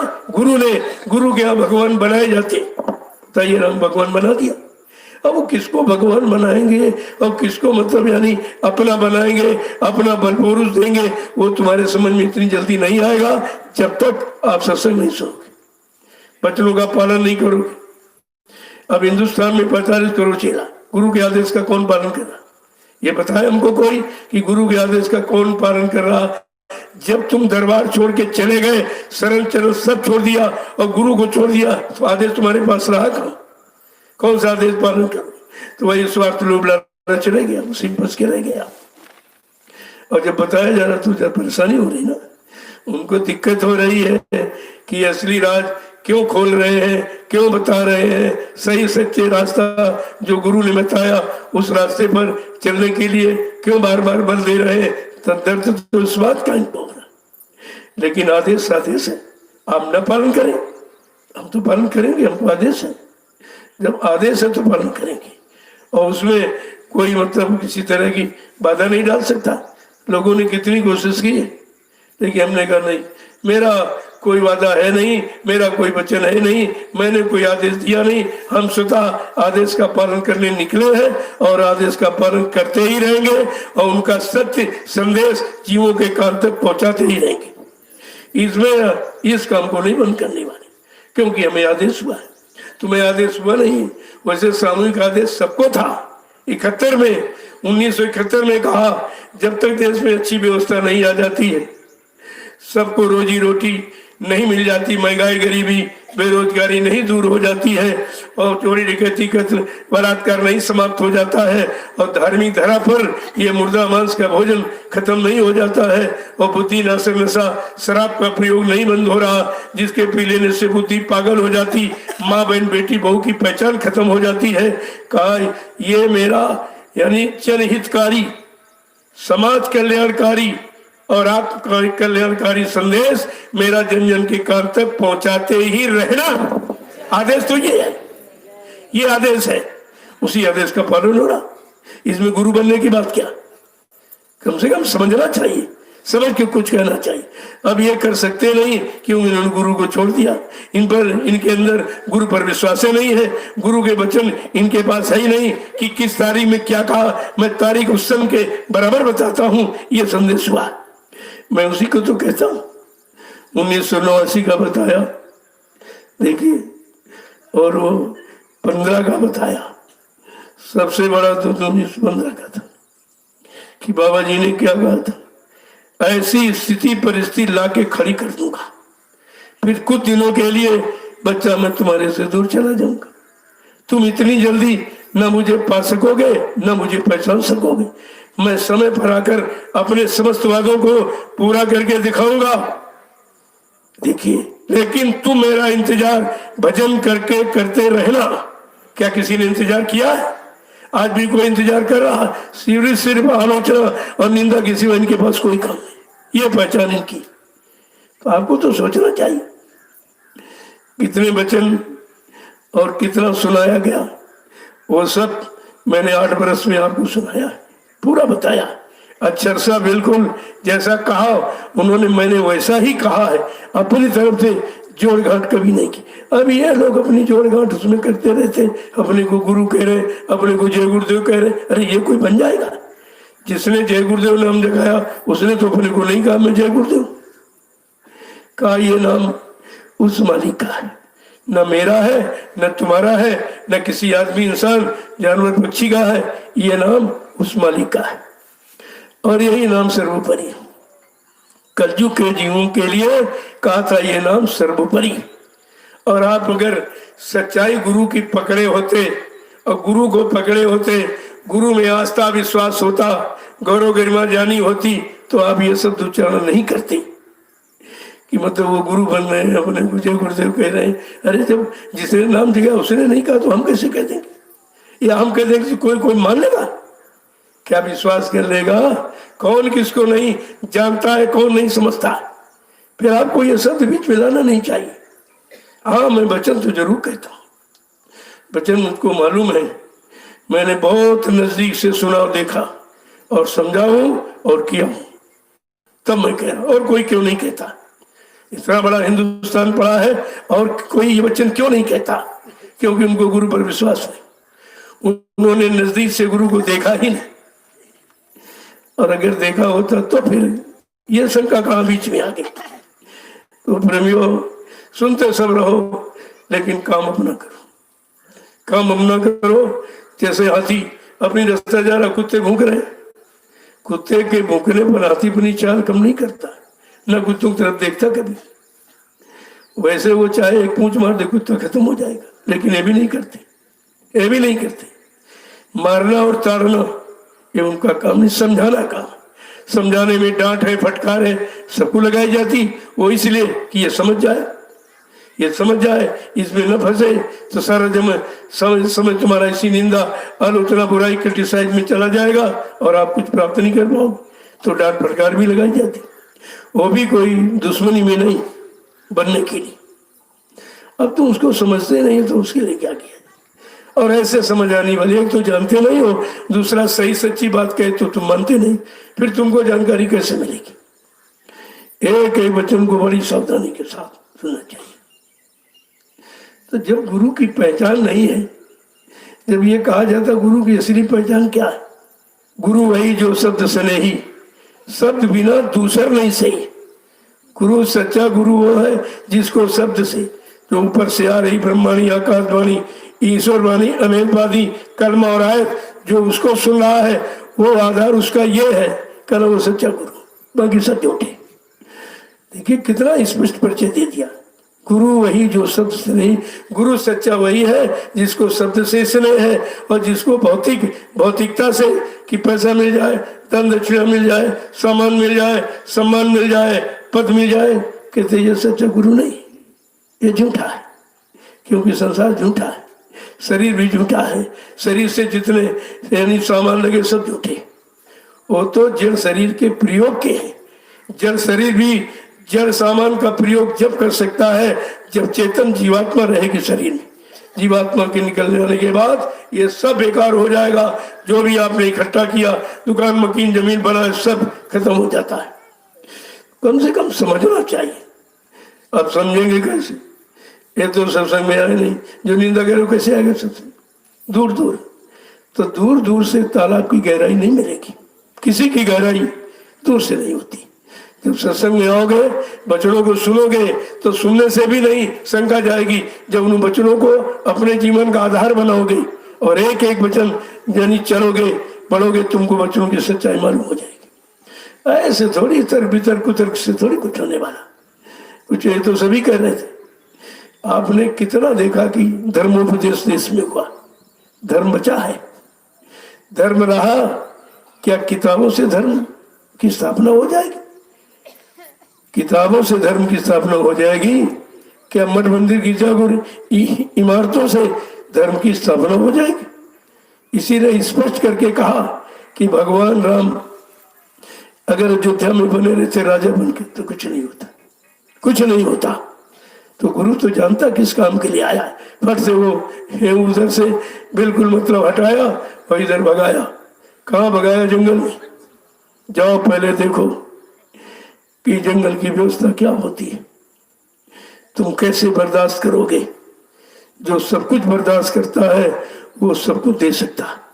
जैसे उदाहरण के लिए आम का वृक्ष सब कुछ बर्दाश्त करता है, ओला, पाला, तुषार, आंधी, तूफान, और लोग जाते तो डंडे मारते, पत्थर मारते, सब कुछ यानी बर्दाश्त करके आपको फल देता। फल देने के काबिल वही होगा जो सब कुछ बर्दाश्त करना जानता है। ये सब प्रमाण है। इन प्रमाणों को समझ लो तो तुम भी बर्दाश्त करना सीख लोगे।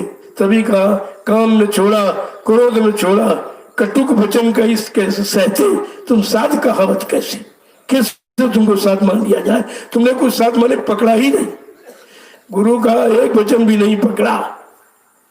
काम न छोड़ा, क्रोध न छोड़ा, कटुक वचन तुम सहते, तुम साधु कहावत कैसे। देखिए, इतनों को छोड़ेगा और कड़वे वचन जब बर्दाश्त करेगा तो वो करवाहट समाज के लोगों को दिल से निकाल देगा, बर्दाश्त करेगी। जैसे आपको किसी ने एक गाली दी, तुम 4 गाली दे दो। अगर एक गाली आप बर्दाश्त कर लेते तो गाली की बात तुम्हारी समझ में आ जाती कि गाली बड़ी खराब है, जब हम नहीं बर्दाश्त कर सकते एक गाली, तो हम अगर 4 देंगे वो कैसे बर्दाश्त करेगा? बस झगड़ा शुरू हो जाएगा। बर्दाश्त क्षमता तो किसी में ही नहीं, क्योंकि बर्दाश्त जहां से सिखाई गई वो दरबार आपने छोड़ दिया। उसके अलावा अन्यत्र कोई दरबार नहीं है कि कहीं से आपको ये चीज मिल जाए। दरबार समय के सतगुरु दयाल ने लगाया और दरबार में जितने आए दरबार छोड़ के भाग गए, उनको कुछ मिला ही नहीं, एक वचन को पकड़ा नहीं। अब बेचारे निंदा आलोचना बुराई में पड़े हुए, क्योंकि खुद तो कुछ कर सकते नहीं और जो कर रहा उसमें बाधा डालो। ये काम ही है निंदा करना वाला, बुराई करने वाला, कि यही काम, इसके अलावा कुछ कर ही नहीं सकते। मैंने कहा रे भाई तुम भी कोई समाज जोड़ो और जोड़ करके बात कहो और करके दिखाओ तो तुम्हारी बात संभाल लेंगे। केवल अगर निंदा आलोचना बुराई का अपने आप को शिकार बना के रखा है तो जीवन में तुम कुछ नहीं कर सकते। गंदगी उठाने वाला तो उसके बाद गंदगी ही मिलेगी, कभी सुगंध अच्छी चीज नहीं मिल सकती। इतना तो विचार लोगों को रखना चाहिए। तो जीवन का आधार है गुरु वचन। इसके वाला कोई और जीवन का आधार बनाओगे तो फिर निराधार है। वो निराधार आधार नहीं है, आधार गुरु है और गुरु के वचन। गुरु और गुरु के वचनों को समझ लेते तो तुम्हारा आधार जीवन का खराब ही नहीं होता, कोई परेशानी नहीं होती। इसीलिए आज जो कहा जा रहा है वो गुरु वचनों के बल से कहा जा रहा है, अपने तरफ से थोड़ी कहा जा रहा है, क्योंकि दरबार उन्हीं का है। क्यों? उनके दरबार में उनके ही लोग आए हुए, कोई संसारी तो बहुत कम। अगर दरबार उनका नहीं तो उनके लोग आए कैसे? अगर दरबार में उनको कुछ मिला नहीं तो ये दर पर आ क्यों रहे हैं, क्यों टिक रहे हैं, दरबार की महिमा क्यों समझ रहे हैं? क्योंकि यहाँ पर सबके हित का काम होता है। हम कोई बहकाने का भरमाने का काम करते ही नहीं। जो बेचारे भटक गए, भूल भरम में चले गए, वो किस तरह से आएंगे? वही सतगुरु के वचनों को सुना कर मैंने इन लोगों को इकट्ठा किया। मैंने अपनी कोई बात नहीं की कि हमको ये दे दीजिए, हम मान सम्मान, हम गुरु हैं, हम जय गुरुदेव हैं, हमको मान लीजिए। तो ये तो मैंने कहा नहीं। जो कहा नहीं है उसको क्यों कहती हो? जो कहा वो तुम कहते नहीं हो, क्योंकि वो तुम्हारे बस का नहीं, वो बस का इनके नहीं है। क्यों? ये चीज छोड़ सकते नहीं। काम क्रोध मद लोभ की जब तक मन में खान, गोस्वामी पंडित मूर्ख दोनों एक समान, उनमें कोई अंतर नहीं होता है। ईर्षा कंचन मान, ईर्षा कंचन कामिनी, मान और अधिकार, मानव का करते पतन, यही पंच विकार। इन्हीं 5 विकारों में ये सब घूम रहे हैं और कहते मतलब वही कर रहे। हम तो इससे बहुत दूर खड़े, बहुत दूर खड़े, केवल गुरु वचनों को लेकर। मेरा और कोई दूसरा काम ही नहीं, कोई काम दूसरा नहीं है। आप देख रहे हो ये सब प्रेमी क्यों आए हैं? अगर इनसे मैंने अपनी बात कही होती तो कोई नहीं आता, अपनी कोई मांग की होती तो ये कभी नहीं आते। इनसे मान सम्मान सामान मांगा होता तो ये नहीं आते। इनसे धन दौलत रुपया पैसा मांगा होता तभी ये नहीं आते। इनसे पूछिए किस लिए आए हो? क्योंकि मेरे पास ये कुछ है नहीं, ये तो संसार में बहुत पड़ा, चले जाइए वहां। सुत धारा और लक्ष्मी पापों के घर है, वो तो सबके पास है। सुत माने बेटा, धारा माने स्त्री, और धन दौलत रुपया पैसा मकान दुकान सबके पास है। लेकिन संत दरस हरि कथा गोस्वामी दुर्लभ। तो संत महापुरुषों की चर्चा माने उनके वचनों की चर्चा, और प्रभु प्राप्ति किसके द्वारा होगी और कैसे होगी, ये दोनों कैसे बड़ा संभव है? लेकिन तो सबके पास है। अगर ये चीज न दी होती तो ये कोई यहाँ नहीं आते, कोई नहीं आते। तो इनसे पूछो क्यों आए, ये तुमको बताएंगे। इन्हें क्या, इनके पास क्या पहचान करके आए हैं, क्या ये लेने आए, क्या समझने आए, क्या चीज छोड़ने आए। जब इनसे मिलिए तो आपको पता चल जाएगा। इनसे मिलने पर हमारी भी पहचान हो जाए, क्योंकि मैंने इनसे कुछ कहा नहीं। ये बताएंगे सब, ये सब बताएंगे। यहाँ कोई स्वार्थ लोल लालच का काम नहीं। तभी यहाँ बहुत लोग आए चले गए, देखा रहे यहाँ कुछ है ही नहीं, जब ये नहीं सेवा लेते हमको क्या देंगे, तो सब चले गए। तो हमने कहा भी भाई ये दरबार इसका नहीं है। इस दरबार में जो सच्चाई जो तुमको बताई गई वही हो रहा, जो काम होता था कराया जाता था, आज भी वहाँ वही काम हो रहा। भाई यहाँ सुबह प्रार्थना पढ़ करके साधन भजन, और इसके बाद आपको सत्संग, इसके बाद सेवा। ये काम तो पहले भी होते थे, पहले भी होते थे, आज भी होते। हम तो उन्हीं कामों को, जो काम गुरु ने कराए, उन्हीं काम को आपके सामने फिर हम रख रहे हैं कि आप भी कीजिए, हमारा कोई नया आइटम है ही नहीं। तो समझ लेना चाहिए लोगों का, जो काम पहले कराया जाता था वो काम कहाँ होता है, वो दरबार उन्हीं का दरबार होगा, वो किसी का नहीं होगा। जहाँ पर सदगुरु की चर्चा होती है, सदगुरु की महिमा का बयान होता है और सदगुरु के कार्य को बताया दोहराया जाता, वो दरबार सदगुरु का ही होता, किसी इंसान का नहीं होता। ये बात समझनी चाहिए लोगों को।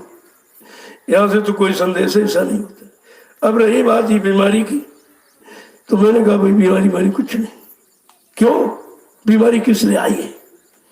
गंदा खानपान करो बीमारी आ जाएगी। जैसे डॉक्टर जब दवा देता है तो आपको रोकता है कि परहेज करना, अगर परहेज नहीं करोगे मेरी दवा की कोई गारंटी नहीं, डॉक्टर भी यही कहता है। तो अगर तुमने परहेज किया होता तो ये बीमारी नहीं आती। बद परहेजी से बीमारी आई है और वो बीमारी है अशुद्ध खानपान। ये मनुष्य मशीन है, परमात्मा ने मशीन को बनाया और इंसान ने तमाम मशीनें बनाई। इंसान ने बहुत विज्ञान ने तमाम मशीनें बनाई और सबका तेल ईंधन अलग अलग रखा। वहां भी है, ये नहीं पेट्रोल वाली यह मशीन में डीजल डाल दो तो खराब हो जाएगी, नहीं चल पाएगी। ठीक इसी तरह मानव मशीन को परमात्मा ने अपने हाथ से बनाया और इसकी ईंधन इसका और खुराक क्या बताया? सीजनल अनाज, सीजनल दाने, सीजनल सब्जियां, फल फूल मेवे, दूध मक्खन मलाई घी, ये इंसानी मशीन की खुराक है। आपने इस खुराक को खत्म किया, जो तुम्हारी नहीं थी वो डालना शुरू कर दिया अपनी इच्छा से, या अज्ञानता भूल भ्रम में, या स्वार्थ लोभ लालच स्वाद में, कोई ना कोई तो आपने किया। जब आपने ईंधन बदल दिया तो शरीर की प्रवृत्ति बदल गई। जो उम्र आपको मिली थी 100 वर्ष की, वो 50 में खेल खत्म हो रहा। ये बीमारी, ये बीमारी, ये बीमारी, ये बीमारी, ऐसी बीमारियां जिनका आपने नाम ही नहीं सुना होगा। ये कहां से आ गई? ये आई कहां से? इसका विचार करो, कहां से आई? कहते गंदे खान पान से। तो गंदा खान पान बंद कर दिए, सीधी बात। इसमें हम क्या कहते? हम नहीं कहते तो सबको कहना चाहिए, और नहीं गंदगी बंद होगी तो बीमारी बढ़ती रहेगी। यही तो हमने कहा है कि अगर आपने मनुष्य मशीन का ईंधन खुराक अगर आपने सही नहीं दी तो ये मशीनें खत्म हो जाएंगी, खराब हो जाएंगी, समय के पहले ही ये खत्म हो जाएंगी। यही बात तुमने कहा, क्या कहा, और यही खुराक भी बताया आपको। और सब जानते भी हैं कि ये मांसाहारी मुल्क चीन से बीमारी आई। चीन जैसा मांसाहारी मुल्क कोई नहीं, जहाँ अच्छा कच्चा सब ऐसे चूहा फुआ हिली बिल्ली कुत्ते सब खा जाते। तो कुदरत नाराज क्यों हुई? कि कुदरत की बनाई व्यवस्था है, ये कुदरत का परिवार है, ये उसके जीव है। पशु पक्षी, जंगली जानवर, कीड़े मकोड़े, आदमी इंसान, ये सब उसी की व्यवस्था है। जैसे आपकी व्यवस्था, आपका परिवार है, आपके परिवार में पत्नी है, बच्चे हैं, पति है, माँ बाप बेटे हैं, अगर इनको सबको मारा जाए, सताया जाए, अपमानित किया जाए तो आपको अच्छा लगेगा? तो फिर ये कुदरत के परिवार पर कितने रोज काटे जा रहे, मारे जा रहे, ये कौन सा गुनाह किया है? और तुम एक जीव बना नहीं सकते हो तो इतने काट डाले या काटने का आदेश आप दे रहे हो, ये कौन सा अच्छा काम कर रहे? ये तो कुदरत के खिलाफ ही तो हो रहा है। मैं नहीं कहता, इतिहास बताता है। मैं तो इतिहास आपके सामने रख रहा हूं कि कुंभकर्ण का वध भगवान राम ने क्यों किया, जबकि लिखा है कुंभकर्ण सब नहीं बलवंता, कुंभकर्ण समान कोई बलवान धरती पर है ही नहीं और न है न होगा, भूते न भविष्य थे। फिर राम ने माना क्यों? कारण क्या था? कि वो शराब पीता था, मांस खाता, इसके कारण, बद परहेजी के कारण। अगर कुंभकर्ण के बाद आपको याद हो तो तुम कभी ये काम नहीं करते। अब तो सब कुंभकर्ण ही हो गए, सब वही खा रहे पी रहे और राम का इतिहास भूल गए और राम का वो विनाशकारी लीला राम रावण ये उसी भूल गए सब। अगर इतिहास याद रखते, किसको क्यों सजा दी भगवान ने, किस लिए मारा और किसको लाभ दिया, ये जानकारी के लिए इतिहास ही है। तभी कहा कि यानी भूतकाल का इतिहास अगर जान लो तुम्हारा वर्तमान मजबूत हो जाएगा। वर्तमान की मजबूती के लिए भूतकाल काल का इतिहास बहुत जरूरी है। अगर आपने वो पढ़ा होता तो तुम्हारा खराब थोड़ी होता। अब अगर देखा जाए कि भगवान राम ने कुंभकर्ण को इसलिए मारा, अब अगर समाज और परिवार दृष्टि दृष्टि डालो तो सब कुंभकर्ण दिखाई देता। सब मांस और मंदिरा, सब वाम मंदिरा, सब बद करने के तो काबिल है, लेकिन अब वो काल शक्ति तो आई नहीं। रामकृष्ण जैसी कोई काल शक्ति होती तो मार काट के खलिहान कर देती, सबकी समझ में आ जाता। लेकिन वो दयाल देश से दयाल पुरुष आया है माफ करने के लिए। जो माफी देने आया आपने उसको अपना बनाया, या तो माफी देने की कोई कभी आया ही नहीं। जिनका इतिहास पढ़ते हो, भगवान राम ने तो अपने बाप को नहीं माफ किया। और छोड़ दीजिए आप, अपराध क्या था? धोखे से श्रवण कुमार की हत्या हो गई। एक हत्या धोखे से भगवान राम ने माफ नहीं किया अपने बाप को। और तुमने जीवन में कितनी हत्याएं की और आज कितनी की जा रही, तो भगवान माफ करेगा? उसका सिद्धांत है। कौन मान रहा राम को? कौन मान रहा राम को? कौन मान रहा कृष्ण को? किसी को कोई नहीं, कोई भी किसी को नहीं मान रहा। अपनी मान्यता बताने कराने की कोशिश कर रहे हैं। ऐसा हुआ नहीं है, ऐसा तो प्रकृति का नियम भी नहीं है। उस प्रिय प्रकृति के नियम को उसे कोई बच नहीं सकता है, और उसे कोई धन लोभाव से खरीद भी नहीं सकता कि रुपए पैसे आपसे खरीद लोगे पुरुष को। भगवान राम को कितना लोगों ने कहा, अरे आपके पिताजी हैं, माफ कर दीजिए, धोखे अपराध होगा। राम कहते नहीं, मैंने कर्मों के आधार पर विश्व की रचना की है, मैं अपने सिद्धांत और समझौता कभी नहीं करता, कभी नहीं करूंगा। और बद कर दिया, नहीं माफ किया। देखिए आप, पहले भगवान ने अपने बाप को नहीं माफ किया। तुम्हारा कौन सा रिश्ता उनसे इतना बड़ा है, तुम्हें कैसे माफी मिल जाएगी? तो इतिहास अगर पढ़ लेते तो अपना वर्तमान मजबूत हो जाता। आज कोई बीमारी देश में नहीं आती। मैंने ये कहा कि बीमारी है बदपरहेजी के कारण, इसीलिए डॉक्टर परहेज पहले बताता कि परहेज करोगे दवा काम करेगी, परहेज नहीं करोगे मेरी कोई गारंटी नहीं। वो भी कहता, वो भी तो कहता है। तुम्हारे घर में कोई बीमार हो जाता है, डॉक्टर के यहाँ ले जाते हो, वो कहता है भाई इनकी खून तो कम हो गया, इनके खून कम है, जाओ परिवार के परिजनों को बुला के ले आओ, और जिसका खून मिलेगा वही चढ़ेगा, वो काम करेगा, और नहीं मिलेगा तो नुकसान करेगा। तो आप डॉक्टर की सलाह वहां तो मान लेते हो, लेकिन यहाँ जो मुर्गा खा रहे हो, बकरा खा रहे हो, मछली खा रहे हो, अंडा खा रहे हो, क्या इनका खून तुम्हारे से मिलता है? इतनी भी बात लोग नहीं समझ पाए। जब खून नहीं मिलता तो लाभ कैसे होगा? वो तो नुकसान हो जाएगा आपका। यही तो मैं बताता हूँ। और मैं क्या कहता हूँ, मैं कोई आलोचना बुराई करता हूँ और प्रार्थना करता हूँ कि भाई जिम्मेदार लोगों की जिम्मेदारी है कि ऐसी कोई अव्यवस्था न हो, ऐसी कोई समस्याएं न पैदा हो जिससे देश की जनता नुकसान उठावे, परेशानी में चली जाए, मुसीबतों में फंस जाए, बीमारियों में फंस जाए। तो ये जिम्मेदारी किसकी है? गोस्वामी महाराज ने इसीलिए लिखा, ये जिम्मेदारी किसकी है? जा सुराज प्री प्रजा दुखारी, सो न पवस नरक अधिकारी। जिसके राज में प्रजा दुखी है वो राजा नरक में जाता। तो क्या मैं कहता हूं? ये संत वाणी कह रही है, गोस्वामी जी महाराज ने रामचरितमानस में लिखा, और 550 वर्ष पहले से सूचना दे रहे जिम्मेदारों को। अब वो चाहे देश का राष्ट्रपति हो, प्रधानमंत्री हो, प्रदेश का मुख्यमंत्री हो, और तहसील का तहसीलदार हो, और ब्लॉक का ब्लॉक अध्यक्ष हो, या गांव का प्रधान हो, या घर का मालिक मुखिया हो, ये सूत्र सब पर लागू होगा। जिनके आश्रित जितने लोग रह रहे, अगर वो दुखी है, परेशान है, तो ये उसी को सजा भोगनी पड़ेगी। ये तो सबके लिए सूत्र लागू है, और आपने समझा नहीं कुछ। मैं जो बताता हूँ कि तुम ये क्यों कह रहे, ये क्यों? हम नहीं कह रहे, इतिहास कह रहा। मैं क्या क्यों कहूँगा? मैं अपनी तरफ से कोई मनगढ़ंत बात थोड़ी कहता। जो किया गया आपके सामने है, वो क्यों किया गया वो भी आपके सामने है, परिणाम क्या हुआ वो भी आपके सामने है। और गोस्वामी जी महाराज ने वो तो तत्व द्वापर का इतिहास नहीं, कलयुग का इतिहास क्या कह रहा। उन्होंने कलयुग के इतिहास के बारे में रामचरितमानस में क्या लिखा?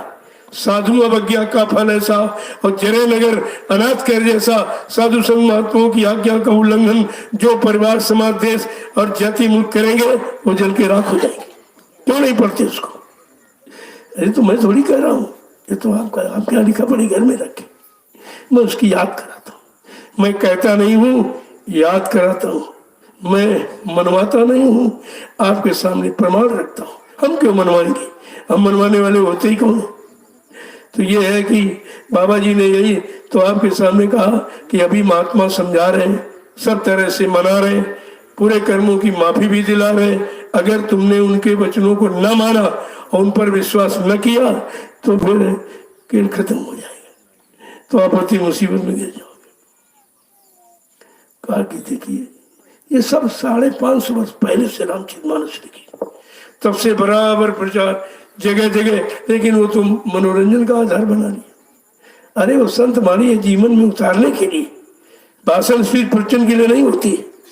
अब जब लोगों को नहीं मालूम है और गुरु का हुआ आदेश कि नहीं नहीं इस मेरे बल से वचन वाणी को लोगों को कान तक पहुंचा दीजिए, तो मैं अक्षरशा वही कहता हूँ, अपनी तरफ से कुछ नहीं, एक भी शब्द नहीं कहता। फिर आपको शंका किस बात, यहाँ इस तरह का काम किया ही नहीं जाता। जो कर रहे हैं मैं उनके लिए मना करता हूं कि भाई गुरु मत बनना, गुरु कोई बन नहीं सकता। गुरु बनोगे तो मार बहुत पड़ेगी। क्यों? जो 7 जन्म आगे 7 जन्म पीछे जीव के पाप कर्मों को धोना जानता है, पाक साफ निर्मल पवित्र करना जानता है, वो गुरु होगा। तो कैसे कोई गुरु बन जाएगा? अरे काम नहीं होगा तो गुरु का नाम हो जाएगा, नाम कोई मान लेगा। तभी सन 80 में कहा था कि बच्चा जो अपने नाम के आगे संत लिख रहे, सदगुरु लिख रहे, भगवान सरकार महाराज लिख रहे, कल एक दिन ये सब जेल का दरवाजा देखेंगे। क्योंकि लिखना ये गुरु लिखा शब्द नहीं होता, वो तो बने बनाए आते, उनको यहाँ बनने बनाने की जरूरत नहीं होती। तो बताओ मैंने ऐसा कौन सा कहा जो आपने बनने बनाने की बात सोची? मैंने तो कभी नहीं कहा मैं गुरु हूँ या मैं जय गुरुदेव हूँ या मैं वो बनता हूँ, ये तो शब्द कभी उच्चारण ही नहीं हुआ। अब तुम निंदा आलोचना बुराई करने में जुड़े पड़े हो तो इससे हमारे पर कोई फर्क नहीं, क्योंकि मैं वो काम करता ही नहीं। विचार आपको करना पड़ेगा। अगर इन बच्चों पहले भी नहीं सुना, अब भी नहीं सुन रहे हो, तो परिणाम क्या होगा? पहले याद करो आपको क्या क्या बताया समझाया गया। अगर वही वचन न हो तो आप मत मानिए। हम कब कहते हैं? हमारा कोई वचन ही नहीं, हमारा कोई संदेश नहीं है, मेरा कोई मनगढ़ंत योजना नहीं है। ये गलत आप सोचते हो। मुझको जो मैंने जो सुना बड़ी नजदीकी से सुना है, बड़ी नजदीकी से देखा है और बड़ी नजदीकी से गुरु को पकड़ा है और नजदीकी का लाभ हासिल किया, तब आपके सामने कहा जाता। ऐसा थोड़ी जब लाभ मिला तो भी कहेंगे चलो भाई तुम भी ले लो, तुम भी ले लो, बट रहा है लुट रहा, क्यों नहीं ले रहे हो? तो कितने लोगों ने लिया, मैं ये पूछना चाहता हूँ। जो ये कह रहे हैं क्या तुमने गुरु को समझा, तुमने गुरु को पकड़ा, तुमने गुरु के वचन पकड़े और विश्वास के साथ अपने जीवन में उतारे हैं कभी? कुछ नहीं।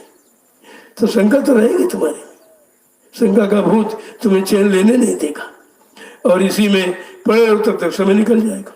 निकल ही गया, किसी का 50, किसी का 60 और 70, अब कितना समय बचा? ये भी निंदा आलोचना बुराई में निकालोगे तो फिर क्या मिलेगा आपको? तो कहा कि गई सो गई और रही वो संभालो। जो तुम्हारा समय निकल गया निंदा में, आलोचना में, बुराई में या गंदे काम, गंदे खान पान में, चलो उसको छोड़ो। गई सो गई और रही वो संभालो ने, ये भी जाने वाली है, ये भी रोज जा रही। आज और कल कहते कहते ये आपका समय जा रहा, आप इसको रोक नहीं पाओगे। इसलिए कहा था कि बच्चा संकल्प ले लो, अब लो नसानी अब न सही हो। जो तुम नुकसान हो गया, बर्बाद हो गया, श्वासों की पूंजी भोगों में अज्ञानता में चली गई, लेकिन जो बची है उसको गुरु के आदेश हुक्म पालन में लगा लूंगा। ये भी संकल्प कर लो। मैं कौन सी ऐसी बात कहता हूँ जिसमें आपको शंका हो रही, लेकिन तुम करना नहीं चाहते हो और करने में कठिनाई है और कहने में कोई कठिनाई नहीं। जबान उठाई और दो जी, अगर ये इस पर कंट्रोल हो जाए, कानून बना दिया जाए कि जो मुंह से बोले उसको टैक्स देना पड़ेगा, तो आप नहीं बोलोगे, सब बोलो बंद कर दिया। यही महापुरुषों ने कहा, वैसे मत बोल लेकिन गुरु चर्चा में जरूर खोल। अगर नहीं खोलेगा तो गुरु का द्रोही कहलाएगा। और सब गुरु के वचन छिपाए बैठे, संत वचन छिपाए बैठे। मैं वही वचन जब कहता हूँ तो इनको सबको खराब लगता है। ये क्यों कहते हैं? ये अरे मैं तुम भी कहो, तुम्हें मना किया जाता? वो तो सबके लिए आदेश है कि मेरा ये यानी समाज, देश हितकारी, आत्म कल्याणकारी संदेश जन जन के कान तक पहुंचाते रहना जब तक देश में अच्छी व्यवस्था नहीं आ जाती। फिर आपने क्यों आदेश पालन नहीं किया? आप तो कहते हो नहीं मैं आदेश पालन करता हूँ, तो हम टीका टिप्पणी छीटा, लेकिन इससे हमारा कोई मतलब नहीं है, क्योंकि मैं सुनता ही नहीं, मैं उनकी बात सुनता नहीं हूँ। मैं तो कहता भाई हमारे साथ चलो, तुम आपकी सुनूंगा, आप इसमें जुड़ जाओ और लग जाओ और तुम भी लाभ प्राप्त कर लो, और तब मानना, जब लाभ मिल जाए तब मानो, उसे मत मानना। यहाँ तो इस तरह की बात है। जय गुरुदेव, जय गुरुदेव, जय गुरुदेव। नाम किसका? प्रभु का। जय गुरुदेव। नाम किसका? प्रभु का। प्रभु का प्यारा नाम। जय गुरुदेव। आप लोग खड़े हो जाओ जरा। देखो अभी नहीं लोग खड़े हो पाए। जब तुम खड़े नहीं हो पाए तो चलोगे क्या? और चलोगे नहीं तो मंजिल कैसे पाओगे? देखो यही बात आपको समझनी है कि इन गुरु के वचनों को पकड़कर खड़ा होना है और चलना है, तो गुरु की महिमा मिल जाएगी और गुरु बल शक्ति मिल जाएगी। आप ये काम सहज में कर लेंगे। लेकिन गुरु से बल कैसे लोगे? राम ने गुरु से शक्ति कैसे ली और कृष्ण ने संदीपन गुरु से कैसे शक्ति ली है? तो हमें आपको पिछले इतिहास से समझना चाहिए। जब गुरु से उन्होंने शक्ति ली तो आज उनको भगवान कहा जा रहा, और अगर तुम सतगुरु से ये बल शक्ति ले लो तो तुम्हें क्या कहा जाएगा? इतना नहीं समझा था। कहा था बच्चा राम कृष्ण की क्या पूजा जो मैं तुम्हारी पूजा करा दूंगा। राम ने तो मार काट हिंसा मारे भय के लोग पूजा कर रहे, लेकिन मैं वैचारिक क्रांति के द्वारा देश दुनिया में परिवर्तन करके दिखा दूंगा। यह कहा, यह है गुरु का वचन। मैं देश दुनिया में परिवर्तन करके दिखा दूंगा और तुम्हारी पूजा करा दूंगा, तुम्हारा इतिहास बना दूंगा, लेकिन तुम टाट बक्कल फकीरी भेद पहनकर तपस्या तो कर लो। किसी ने तपस्या की है? तपस्या किसी ने की है? सब स्वार्थ लोभ लालच टाट पहने घूम रहे, स्वार्थ लालच कर। गुरु की महिमा भूल गए। जिसने टाट पहनाया उसी को रहे मर के चले गए। तुमने कहा कि तुम ये टाट पहने पहने ऐसे मर जाओगे। कौन उतराएगा? कौन? जिसने पहनाया वही उतराएगा। और उसके लिए भी कहा था, जब 10, 11, 12 जून 1983 में दिल्ली वोट क्लब पर ले गए हमें आपको और कहा बच्चा ये मतलब जो है ये पार्लियामेंट है और हिंदुस्तान का कानून रहता है, इसके सामने शपथ और कसम खा करके ये ठाट फकीरी वेश धारण कर लो। ये तुम्हारे शरीर से जब तक नहीं उतरेगा जब तक देश में अच्छी व्यवस्था नहीं आ जाएगी। ये सबने तमाम ने उतार के फेंक दिया और तमाम पैरे घूम रहे और कह रहे बाबा जी मर गए। तो बताइए, अरे भाई जैसे स्त्री है श्रृंगार करती किसके लिए? पति के लिए। पति का श्रृंगार उसका नहीं है, पति घर नहीं है तो श्रृंगार लोग छीन लेते जबरदस्ती कि नहीं नहीं तुम कोई नहीं पहन सकती। तो बाबा जी ने जब आदेश दिया और कहा कि जब तक देश में अच्छी व्यवस्था नहीं आ जाती है तुम्हारे शरीर से उतरेगा नहीं, फिर आपने उतार के फेंक। फिर आप जो पैरे घूम रहे हो और कहते बाबा जी मर गए, तो तुम उसी विधवा स्त्री की तरह तुमको टाट नहीं पहनना चाहिए। इसकी मर्यादा नहीं भूल गए हो, गौरव गरिमा भूल गए हो और गुरु का आदेश भूल गए हो और बचनों को आपने पकड़ा नहीं है, इसलिए तुम्हारा पहनने का कोई अधिकार ही नहीं था। जिसने पहनाया पहने में घूम रहे कहते बाबा जी मर गए। तुमने कहा तुम तो उसी विधवा स्त्री की तरह। गुरु के लिए पहना था, गुरु के आदेश के लिए पहना था, गुरु की पहचान है ये। कहा था बच्चा जब टाट बोरा पहनकर निकलोगे तुमको लोग मेरा कहेंगे। कितना बड़ा अपनापन। तुम मेरे कहोगे, लोग कहते हैं ये जय गुरुदेव का है, ये प्रभु का है। कितनी बड़ी पदवी आसान आपको मिला, लेकिन आपने उसकी कोई गौरव गरिमा नहीं समझी। सब उतार के फेंक दिए, तमाम तो फेंक दिए दूसरे के कहने पर। और जो पहरे हैं वो भी गुरु का आदेश नहीं मान रहे, कोई आदेश नहीं किसी तरह का है। और जब यहाँ आदेश पालन की बात कही जा रही तो उनको दर्द हो रहा कि ये क्यों कह रहे, ऐसा क्यों कह रहे। ना भाई हम नहीं कह रहे, जो कहा गया हम उसी को दोहरा रहे कि अब भी जान लो कि टाट किस लिए पहराया गया था। टाट परिवर्तन की निशानी, हर युग की यही कहानी, ये परिवर्तन की निशानी है। और परिवर्तन हुआ नहीं, तमाम लोगों ने उठा के फेंक दिया। और परिवर्तन किसके द्वारा होगा उसको कहने मर के चले गए। तो टाट की महिमा कौन कराएगा, कौन इसका मूल्य चुकाएगा, ये आपको सोचना चाहिए। जय गुरुदेव, जय गुरुदेव, जय गुरुदेव। नाम किसका? प्रभु का प्यारा नाम। ये टाट बुक्कल वाला फकीरी का सच्चा फकीर महात्मा वही है जो इसको, क्योंकि मोहम्मद साहब ने भी इसी को पहना था, रामकृष्ण ने इसी को। जब जंगल गए तो वशिष्ठ जी ने कहा नहीं, भूमि सेन बलकल वस, ये बलकल वस्त्र है। और जिक्र है जटा जूट, सिर पर जटाए और बदन में जूट, लपेटो सीधे जंगल चलेगा। उस समय मशीन का युग नहीं था, तो टाट बोरा कपड़े गुरु में बन के नहीं आता। अब ये कपड़े गुरु में आ गया, तो कहा कि यही पहचान है, ये फकीरी भेष फकीर की सच्ची पहचान है, फकीर के जितने नुमाइंदे उनकी पहचान है। तो आपको तो मानना चाहिए। जब राम ने गुरु का आदेश की पालन किया, उन्होंने पहरा, और कितना बड़ा काम हो गया। कितने राक्षसों का एकदम बना चले गए। अब तुम्हारे लिए बनाए तो भी नहीं समझ पाते। कृष्ण दीपन गुरु ने बुलाया, काले टाट की लंगोटी पहन ले। टाट की लंगोटी पहनाकर कहा तू योगेश्वर कहलाएगा। देखिए आप, तो मतलब कहने का गुरु की महिमा देखिए कितना। 16,108 गोपिकाओं के बीच में रहे और पूर्ण योगेश्वर कहलाए। ये गुरु के दी हुई वस्त्र की महिमा है।